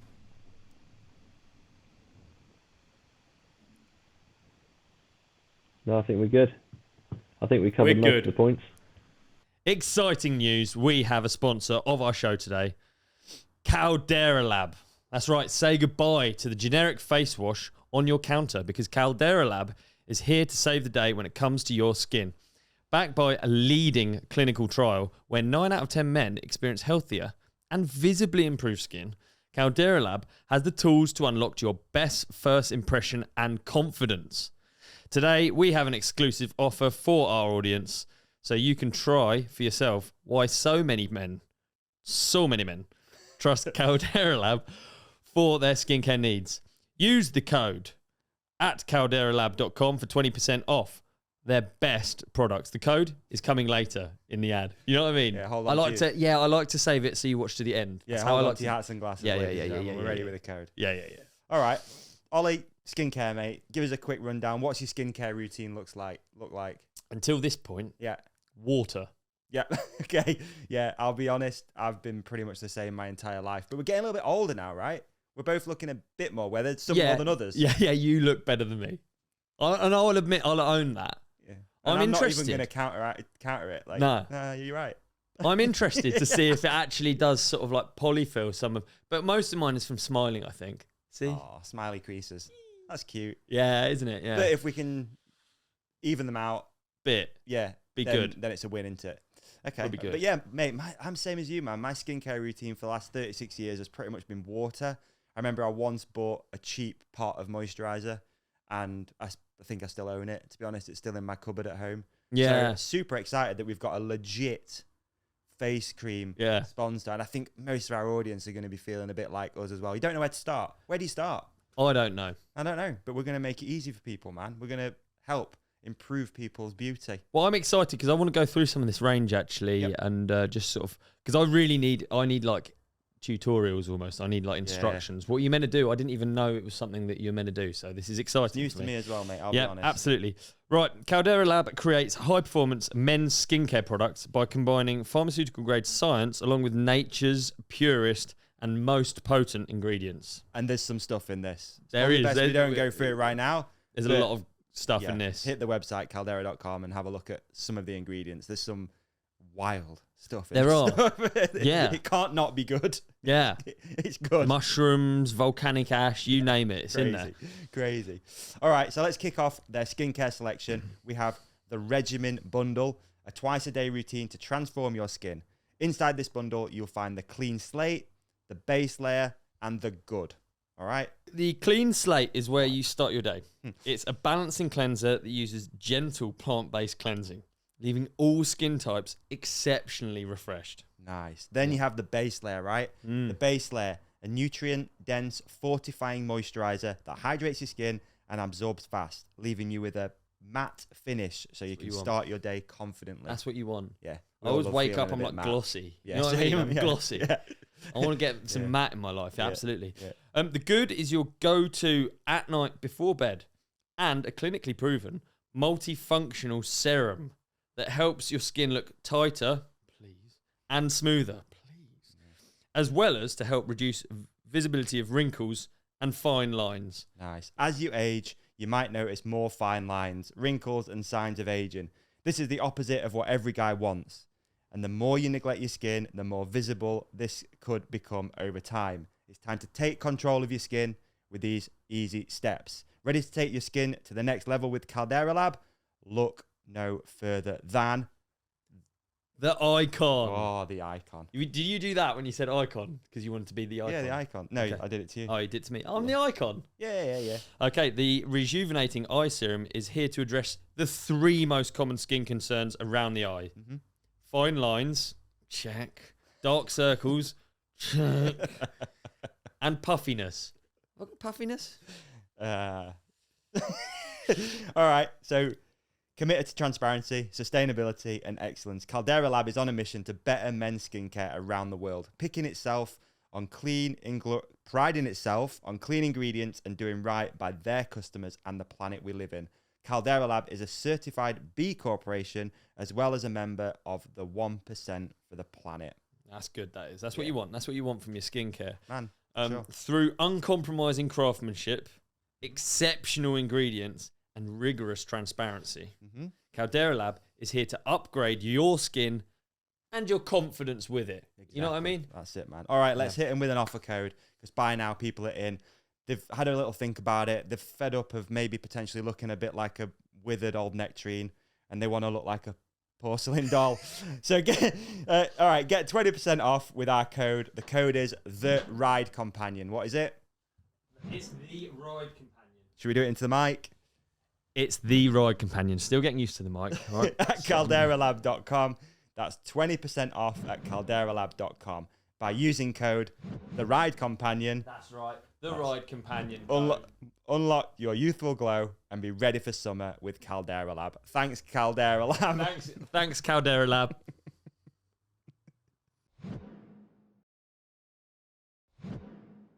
All right, what a great breakdown. I see we're getting better at it, aren't we? We're getting better at it. What a race. Unbelievable. What a race, dude. I love this sport. Me too. Do you know how bad... We shouldn't say that. Okay, so for full clarity, the race hasn't happened yet whilst we're recording this. Like, imagine there's like a huge natural disaster and then we put out this podcast and it's us saying how good the race is. Yeah, it might be a bad race. Might have been awful. It could have been really bad race. Just the timing could have not worked. Yeah, exactly, yeah. Hopefully that was good. Tripoding down. Yeah. Could go in many directions. But yeah, that was... appreciate Dave again for stepping in and being our man on the ground, the colour analyst. The colour analyst literally means like someone who colours your hair. Yeah, well, let's just run with it though, because we've. Okay, I like it. Yeah, I like that. Yeah, it created a job title for the guy. Yeah, I like it. Colour, yeah, I like that. All right, we're gonna do some listener questions. Should we do that? Yeah. Have you got any watching or listening? Just to. Oh, I do. Since the weather's good and people want to hang out inside more. Yeah, this is the most pointless. Okay, so I've been watching the Tour de France Netflix. It's the same people, I believe, as the Drive to Survive. And good one. Yeah, I don't know if our listeners really cross over into... I like all kinds of cycling. I like a bit of road riding, and I think it's great seeing... It just strikes you how much of a team sport is. Yeah, really good. Okay, I'll check that out, actually. That's really good. I've not been watching too much TV and stuff recently. No. But, I will definitely check that out. I'd like to, thing is with road riding for me, mate, it always inspires me to go and do it, which is a good thing. Yeah. But I always, you watch them in the nice kit and like nice bikes, and I'm like, I go out for a road ride and... Don't look like that, do you? No, and just I'm the same. I look like I've fallen through 2 of the floors at Decathlon. Like the floor's given way and I've just fallen through it. That's what I feel like on a road bike. Yeah, mismatched kit. Is that a helmet or is it a bucket on his head? No, it is a helmet. All right. He's got 1 3/4 length. Lycra's a bit baggy. Yeah, exactly. Around the crutch area, weirdly. It looks like he's got some sort of like sack between his legs. Yeah. No, I hear you. I've only watched the first episode, but it looks really good. Okay. And I'll check that out. Like you say, anything cycling wise, it's good to know more about that stuff. Exactly. You got watching? I'll go with another podcast actually, which I've been watching. Ooh. Which is a podcast, Chris Williamson, I think it is. I can't remember the title of his podcast. Does anyone know? Do you watch Chris Williamson? Anyone? No. Who is he? What does he do? Who is he? He's more of like a entrepreneur-y sort of guy, but he's landed some pretty big guests, like just shy of 1 million subscribers on YouTube. Pretty big podcast. There you go. But he did one with Rob Dyrdek recently, and I'm a big Rob Dyrdek fan. So I was watching that, but really watching it. Yeah. This is not like a podcast that I put on in the background. This is like trying to really take in. I've become a massive Rob Dyrdek fan of the last couple of, let's say, year. That guy's putting out good messages. His podcast is really good that he does. And I think for anyone that maybe runs your own business, or not even actually, just anyone in general, Rob Dyrdek's putting out nice messages about finances. And as we were just talking about before, the World Cup breakdown, that's something that I need to get better at. And learning from someone borrowing money, basically. Yeah, basically, yeah. Taking risks. Yeah, exactly. But learning from someone like Dyrdek's good, and he's got this really cool concept that he's promoting at the moment, which is sort of like this whole breaking your day down into these chunks and sort of really analysing where you're most efficient and not efficient. And he talks, obviously he does Ridiculousness, right? You've seen Ridiculousness, the MTV TV show, and how he has optimised that relates quite a lot to my life and what we do here, of like how he can actually do so much of it so efficiently.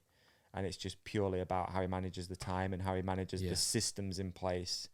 It sounds really tech and stuff, but like, it's helpful when you're optimized, because it makes everyone's life easier, because you just do it, it's done, the product is finished quicker. And he was basically, with Ridiculousness, he shoots like a insane amount of episodes in one day. It's like 8 episodes a day or something. Yeah. And he's just like doing them because he's just got it down to this fine tea.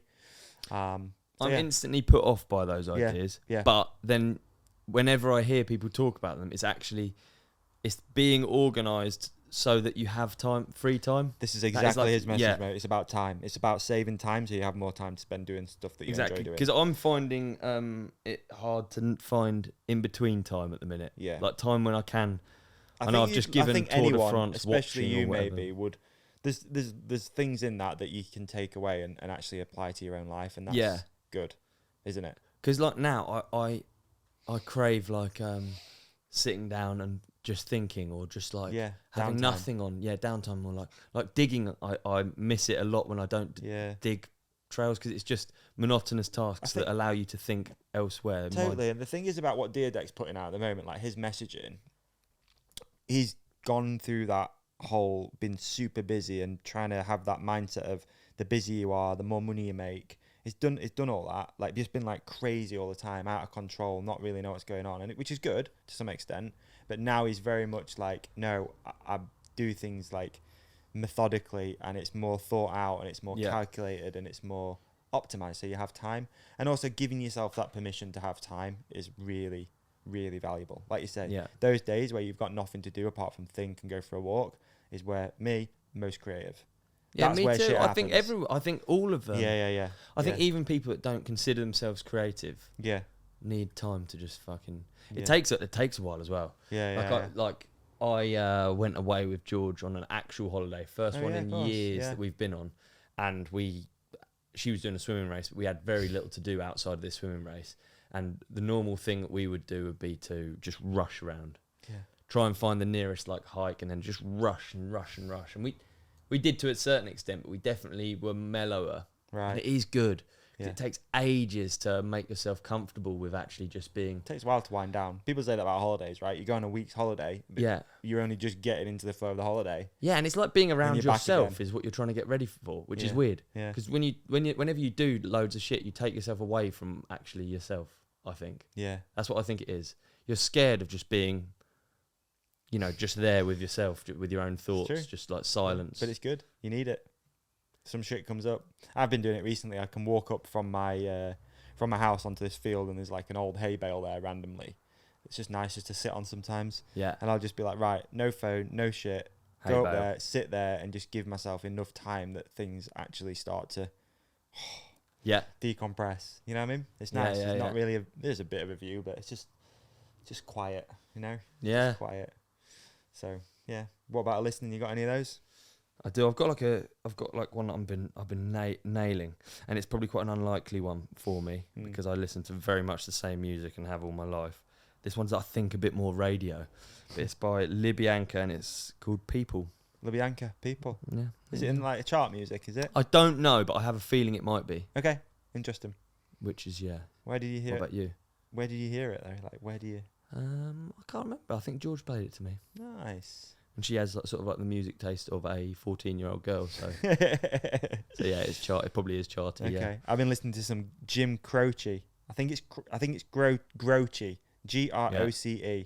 and there's a song called "You Don't Mess Around with Jim," and it's like a 70s dude. Yeah. And I heard that. I've heard a few of his songs. He's got one called Leroy Brown, which is really good. Is it country? You into it? You know what I mean? Yeah, bad boy Leroy Brown. Yeah, I love that shit. It's like 70s sort of road trip music. So mate, road trip music's real. I've been jamming to that, yeah. And then that led me through Spotify from him to like a 70s road trip playlist. Yeah, and I'm not usually a 70s guy, but it's sort of like it is sort of Eagles and Eagles and like that sort of era. Country is solid road trip music. Country is. It's a vibe, dude. Okay, this is. No, it is country. Me and Carenza did a 12-hour drive the other day. Yeah, we went down the Sheryl Crow route. Bangers. Solid. Like just new banger album. After banger. New album. I haven't heard the new album. Banger. It was the like one the ding ding ding you know the one? No. I knew you were doing that. But it was that album. I'm thinking of Shania Twain. Change, do you? That's what I'm thinking of. Good. Okay, Shania Twain. Shania Twain's country. Like, she's just put a new album out. Don't get me wrong, I think she's all right. Yeah. But she won't keep you warm in the middle of the night. Nice. Don't impress me much. See what I did? Yeah, I like that. You didn't know where I was going with that? No. Yeah. No, you got me. Yeah, there you go. So we got watching, listening. Have you got listening? You did it listening. Jim Okay. Gracey. Yeah, all gross. Listener questions. Yep, let's do them. See what's in there. Right, let's log in. We appreciate you as always for submitting your listener questions. Has anyone got? Here's my question to the listeners. Ooh, which we like don't do it, very like often. it. No, that's Comment nice. section. Hay fever tips and tricks. Oh, please. How do you help with hay fever? There's a few people I know. My friend recently got the injection, but it left her feeling like shit for 2 You're weeks. struggling. Dougie's struggling. We're struggling, Naomi, are you man. struggling? No, Naomi doesn't get it. She's hard, but I'm on a. It's not nice. No, it's not. No, nice, it's not. I had a tablet this morning. It doesn't seem to be doing a single thing. Nose is running, headache, just cloudy. Is it? Yeah. It's horrible. That's what. Is it like? What is it then? Like a cold? It just feels like a feels cold. like a bit of a cold. I'd Okay. say. Is that accurate? I'd say it feels like a bit of a cold, right? Like it just doesn't. I feel like I'm getting a cold. I wonder if I've got hay fever. You can Might have. develop it, can't you? Mate, I used to have it so bad when I was younger that my eyes would puff up and stuff, and I'd Yeah. itch them, and then it went away for about 10 years, and then came back again. How annoying. Yeah. Well, hopefully it can go away again. I hope it does. Yeah. Just like the fly. Okay, so we want. Yeah, he seems to have actually gone now. Yeah. Yeah, Marty. I have it. Okay. Shall I go? Yeah. Sketchy. How big is too big? Oh, I think a really great question. A question that we should have probably asked Sam Reynolds when he was in. He's the guy to ask. How- I mean, it depends what you're talking about. You could talk about like. Where is that one? Sorry. Is that in the listener questions thing? Yeah, listener questions. All right. Okay. Yeah. All right. Go for it. First one that came up for me. Is it? Oh yeah. Oh, there it is. It's just come in. Okay. Like, I think there is a size, because I think you get to a certain. Well, maybe not. Darkfest would suggest that you don't, because they're now tricking jumps bigger than ever before. Yeah. 120. But what are you going to see on a 120? Is the limit already been reached? Are you going to see a flip tuck? Is that what we want to see, or do we want to see upside down whips and crazy spins? I don't know. Is there a sport that you think has reached that pinnacle and it's not going anymore? I feel like, maybe, is it? I don't know. Hang on. I'm going to say it. Freestyle motocross has got to that point. I think you're absolutely right. topped But then out. imagination would suggest otherwise. Imagination would say, True. hold my... Very true. But again, I'm Can. talking more like actual freestyle motocross competition. Okay, Where yeah. the jump is set almost. That is the optimum size now for that jump. It's 70 to 80 Yeah. feet. That's a trick jump. It doesn't seem to be getting bigger. There's something I don't really know. stale, and this is no disrespect to the riders, because they're all incredible and what they're doing is incredible. But there was something so stale about watching like X Games best trick, Yeah. and that used to be something that I would literally nearly be wetting myself to watch. Because that was that progression of the sport, right? Yeah. Where people were still... Whereas now it's just like Yeah. dudes know they've got a trick that no one else does, and it's not even really like out there. We've already seen it before, but it's like Remember when we the did judges the live have already. broadcast of the... Yeah. Double front flip. Mate, it's Triple backflip. Yeah. Oh, that was horrible. That was. Yeah, it was. Yeah, I don't enjoy it anymore. You're right. That's a great. So maybe that is Yeah. too big. Yeah. But that's not the size of the jumps. That's just the tricks have got too big. No. Slopestyle for me, it's getting there, dude. It's like Do you think? well, for me, it's just like gymnastics. I can no longer. It doesn't take much, but I can no longer relate to it. Yeah. It's yeah. too much. You can't tell when people are going opposite normal. It's so dialed. They're so good. The jumps are so big. I'm not taking away from it. It's so impressive, but it stops being something that you can relate to and you get hyped on. Do you know what I mean? Yeah, for sure. No, I'm with you, and that's what freestyle motocross has done to me as well. It's like, it's not even at all, when we were younger and you'd see like a Superman seat grab, you could kind of be like, yeah, it's crazy, but you can kind of see that it's possible. Yeah. Whereas now it's just, it's done. Tom Eistead coming up real soon on the podcast. Yeah, look forward to that one. That'll That's be a going to fun be one. good, yeah. All right, we got hot dogs or burgers, best dish to have at a barbecue. I'm going to miss some of these too, by the way. Just so you know, there's a few in there that... We talked about this last night, didn't we? Hot dogs or burgers. We talked about barbecues in general. you're not a and barbecue I guy, am are not you? a barbecue guy, No. yeah. I'm not just the rigmarole, the standing around, fucking... The sort of like pecking order of who's in your control actual of quote it. was, fuck that, I'd rather have a wrap from the garage. Yeah. It was the actual Just get the quote. food over and done with. Just please. I like it that barbecue goes on, but I'm not going to be part of it. That's weird, isn't it? I don't care about it. Your food bill must be astronomical. Because you don't seem to do any prepping. No, we're really good. We're really cheap. Yeah, we're yellow sticker only, and the food bill is only not astronomical because I'm nothing to do with cooking anything because I'm completely awful. Wow, I thought your food bill would be crazy. Because also, if I go to the store every day it's at least 15 quid. Yeah, no, we don't. No, we're really good. It's just vegetables because George is vegetarian. So is she? I didn't know I'm that. nothing to do with it. I have no say. Wow. I just eat. I didn't know that either. Couscous, vegetables. Okay. I just thought it would be astronomical if you're always going to the shop every day. No, we're not. We're not. We're good. Okay. We just never seem to have anything in them. Yeah, I know, right? We just live it up. Well, we have basically, yeah. I sort of don't think that you'd want art. We're very routine. We have the same for breakfast every day. We have the chicken's eggs. We have mushrooms. Right. Yeah. Salad kale. cream. We have chicken's eggs, mushrooms, kale, salad cream. Yeah. Yeah, we're pretty weird, I guess. But yeah, a barbecue's not for me. No. You? Okay. Barbecue. Mate, guy? I've got a similar story, really, in a way. I love barbecuing. My thing is that I love cooking and feeding people. Yeah, you do, don't I you? really enjoy it. Yeah, I really enjoy feeding people. That's and what I'm making missing. nice things, but my girlfriend is vegetarian, vegan actually, so it does make barbecuing a little bit tough. But I don't eat much meat either, so. But it just makes it different, and I do like doing loads. Good challenge. It's a challenge. I like doing loads of grilled vegetables, and then make them into like a wrap or a pita bread thing with some hummus and some nice olive oil.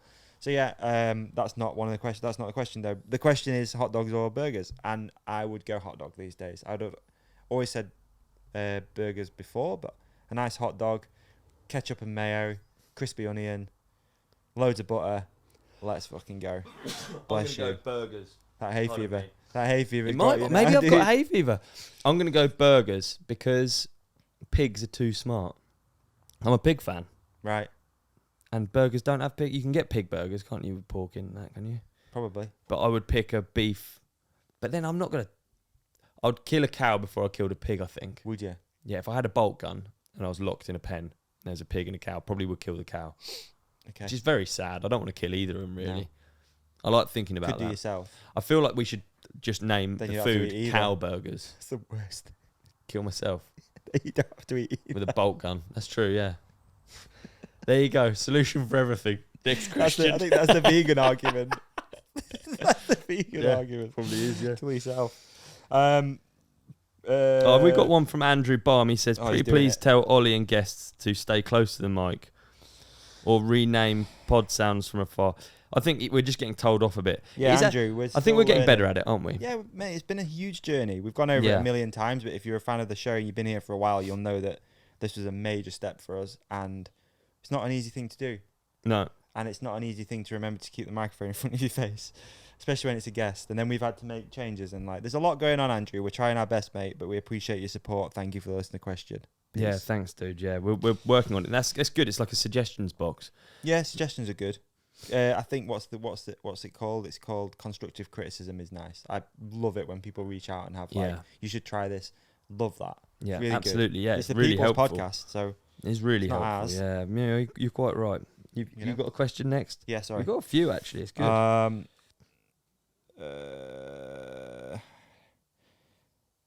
Boyle at 91. Describe the feeling of getting the rear end going in a turn, car, moto, bike. I'm a big fan. Describe the feeling, man. The feeling's deep. The feeling runs deep. It's something that as a kid, I used to love watching Speedway and being around Speedway. So just the idea of just sliding a bike. As soon as it rained outside, where my dad lived, it was a pretty steep hill, and then it had this we called it the green. It was a big open green space in the middle of almost like a roundabout actually, where all the kids play, and we used to have a Speedway track on there. It's on my video I made, but I used to bomb down from my dad's flat, hop over the curb and just skid, and that to me is like the sickest thing. It's good. Why is it a good feeling? It's a really great question because, it's that loss of traction, but you're still actually in control. It's just something. It's controlling chaos, isn't it? Yeah. It's good. I've done do you remember my old truck? I used to have a Mazda drift truck sort of thing, and the feeling of I'm not gonna lie, I was shit at drifting. It's really way harder than I thought. Yeah, that truck had no weight in the back. It was my experience of drifting is largely me just trying to get it straight rather than because it would kick out when I didn't even want it to. Oh really? I've done laps of roundabouts drifting, Really? And the feeling it is really cool. It's cool, isn't From it? the outside, it looked like lift music, just this car going at 2 miles an hour sideways around a roundabout. And then on the inside, you're doing all kinds of stuff, like adjustments and... But I can't tell you why it's good. It is good, though. Yeah, it is good. There's just something, I think it's on the bike side, it's like one of the first things you do on a bike when you get a little bit, you've learnt to ride. You always want to skid it as a kid. So that's kind of what it is. And then that's progressed onto like drifts and like cutties, and that's kind of how it's progressed for me. The best, the best. It's easier to do a car and a motorcycle than a push bike, I think. A push bike has taken me years to... Definitely. It's the one I'm best at, but it's just taken me years. And moto is just, you get it quite quick, I think. I'm not good at the car drifting stuff, to be honest. I like to think if I had a car that could do it, I'd be practicing it a lot more, let's put it that way. I used to try a few different things. I bet we've got some drifters that listen. Oh, yeah. Because I used to really struggle because it had no weight in the back of my truck, just downshifting. If you didn't match revs, you'd lock up. Then you'd step out in turns that you're trying to slow down for, which is bad because it was a long truck as well. But then coming into... Yeah, I'd love to know a bit of drift theory because I used to come into roundabouts and I would just like hack the clutch. Would you? So I'd come in or just in like second gear and just and then that would put the back out. But a lot of people use handbrake. I didn't have that option on my truck. Okay. Yeah, there's some tech behind it. I don't know what it is myself. It's lovely when you're on top of it. Yeah. But when you're not on top of it and you're screaming. Kicks back. And like I gave up because it was too embarrassing. I ended up backwards on top of a roundabout and an old lady pulled up and asked me if I was okay. And I was like, this is not the guy I want to be. I don't want to be this guy. Telling an old lady that I'm fine. So I stopped. And she's just thinking, what a dickhead. Yeah, exactly. I keep the sideways to my push bikes nowadays. Okay. Nice. I like it. Yeah. 29 or mullet. Robin. Robin.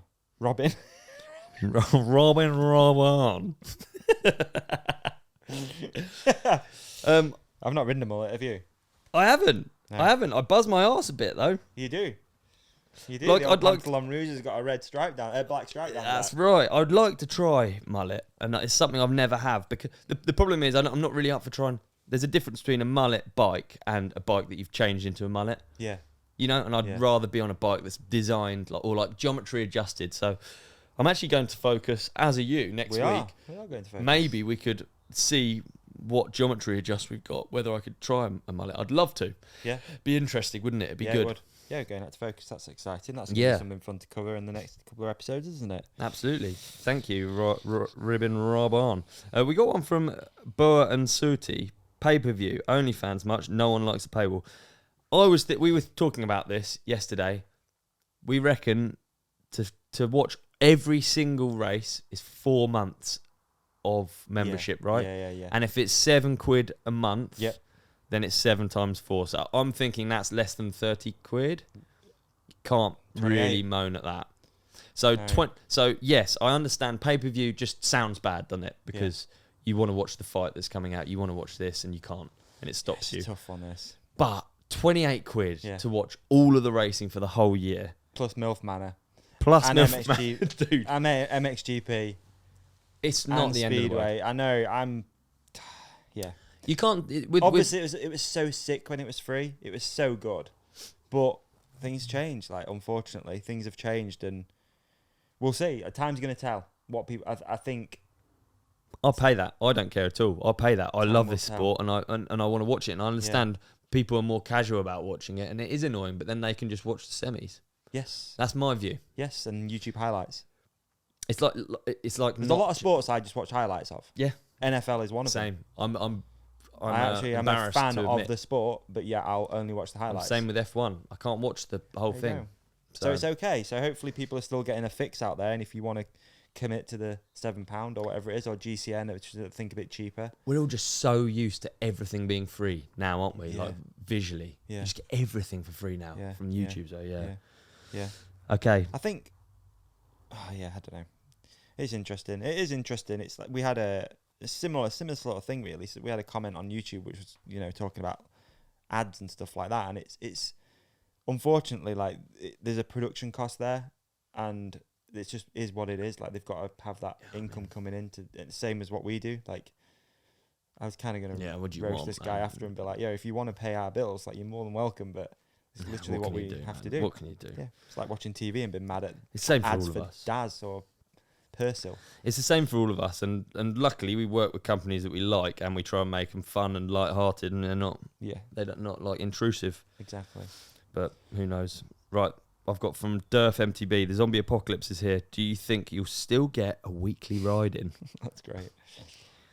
I mean, it depends. If Focus, I like to think if there wasn't a zombie apocalypse, I think that Focus would probably bring out like maybe a EEB that has like a nuclear reactor on it, so you never get caught outside. Yeah, makes and sense. then you could wear like an asbestos suit. Yeah, hazmat. Full TLD hazmat. hazmat. A TLD hazmat. Yeah. On the radioactive. This is you. I'm not doing it, by the way. You're not doing it. You're staying indoors. You're not doing a weekly ride. Zombies Yeah, off. dude. Yeah, that's kind of cool as well. But then I'll be out there like olive green on this nuclear tank of an e-bike, belt drive probably. Yeah. Hazmat suit, Mullet. Yeah. Who knows, dude? I don't know what a zombie apocalypse looks like. I hope to never see it. Yeah, same. I feel like some people are seeing it around the world in different countries, that's for sure. Yeah, true. What else we got? Johnny MCC, how's the Vito? Is the G-Wagon still on fire? Oh, yeah, it did catch on fire, didn't it? I forgot about that, yeah. Vito's going good, isn't it? Vito's doing okay. She's got a bit too much oil in her this week, but that was scary yesterday, I'll be honest. Too bloody much. And as my dad just said, it's better to have too much than not enough. Quite right. Which makes sense. Quite right. So yeah, check your oil, what's it called? Oil dipstick? I just plug it in, mate. Check your dipstick, dude. Check your dipstick. I had a friend, when I worked at this shop, I worked at a motorbike shop. It just used to make me laugh, I've got to tell you. And it was the shop was kind of like synonymous with having what you call like pit toppers, you know, like weekend warriors. Yeah, lovely people, a lot of them. Some of them not so much. Some of them stolen bikes and stuff like that. And this guy Chef, he was called Chef. He was funniest young lad, man. He should have been a stand-up comedian. And whenever we'd have someone come in the shop about asking for oil and stuff like that, he'd ask him if it was the model where the dipstick was on the seat. It was the funniest thing every time, and he'd be like, "Is the dipstick on the seat?" And then people would be like, "What?" And he obviously meant that the dipstick's on the seat. I feel like that didn't hit, but it still tickles me to this day. People looking at him puzzled, like, "Is this you having a dig at me here?" Oh dear. 2-1. How long will people say it's just not the same without Warner? 1, 2, or 3 question. seasons? I think 8. Yeah. I don't know. It's not the same, but It's hard, and it is what it is. Yeah. It is what it is. Maybe we'll get some alternate commentary going one day from TRC Media House. Maybe. Hopefully the questions will still come in, dude. Sam Pring 99. I've ran out. He's literally submitted too many listener questions. He's reached the bottom of the barrel. I think on that note, yeah, man, it's time to wrap up. It's time to wrap up and go north. Quick one before we wrap up though. We're doing a competition in collaboration with Red Bull on our social media already. It's already up, but if you want to go to Hardline, it's the Hardline one. Yeah. 5 tickets, dude, for you and the crew. Oh, plus loads of Red Bull to drink. Dude, that's a sick prize. It is. And there's not been many entries yet, so the chances are you're gonna win it if you submit. Oh, We've nice. only had a few, so all you have to do is submit a short clip to our DMs of you riding with like mates, basically. I like those odds. It sounds good. Fucking sick prize, dude. 5 free tickets for you and the crew to the Red Bull Hardline. So yeah, you can find all the details on our social media. Just find the post. It's just got a few images there. Send a DM of you riding with the crew, and if it's good, you're probably going to win the tickets, to be honest. I think we've got 3 lots to give away. Oh, really? 15, yeah. We've got 15 passes to give away. Oh, that's an amazing prize. And maybe we'll be there to hang out as well. I'm going to get my entry in as well, yeah. You get your entry in. Are we dropping our vacation in this episode? Are we? We might be. I think we are. Yeah, but then it's probably all already being explained in the ad. Yeah. Let's talk about it next episode. Yeah, let's talk about it a lot next episode. Deal. Because I'd like to, because it's going to be exciting. So sick. It's hard to think about like something in December now, but remember this cold. weather doesn't last. If you want to carry on this weather, you're going to want to come on holiday with the boys. Yeah, exactly. Huh? You know Get it, amongst dude. it, eating tacos, Absolutely. drinking tequila, riding bikes, dust, It's going to be great. sombreros. What else? Salsa, picante. All the good stuff. Thanks for listening. Thanks for watching. Peace and love. Like and subscribe. Thank you. Dude, I know I say this every time, but that was honestly one of the best episodes. So good. Wasn't it? Mate, no doubt people have watched this, they've enjoyed it, and they want to hang out with us more. So here's a few options, right? Yeah. You can watch another clip. That's above, isn't it? Yeah. You can watch another clip. That's over there. Subscribe. Behind me. Or go to the comment section and maybe come on holiday with us. Dude, of course, they can come on holiday. We're going away to Mexico for 8 days riding to Oaxaca this Christmas. Click the link in the description. Yeah, we want to go with you. You. See you there. That was good.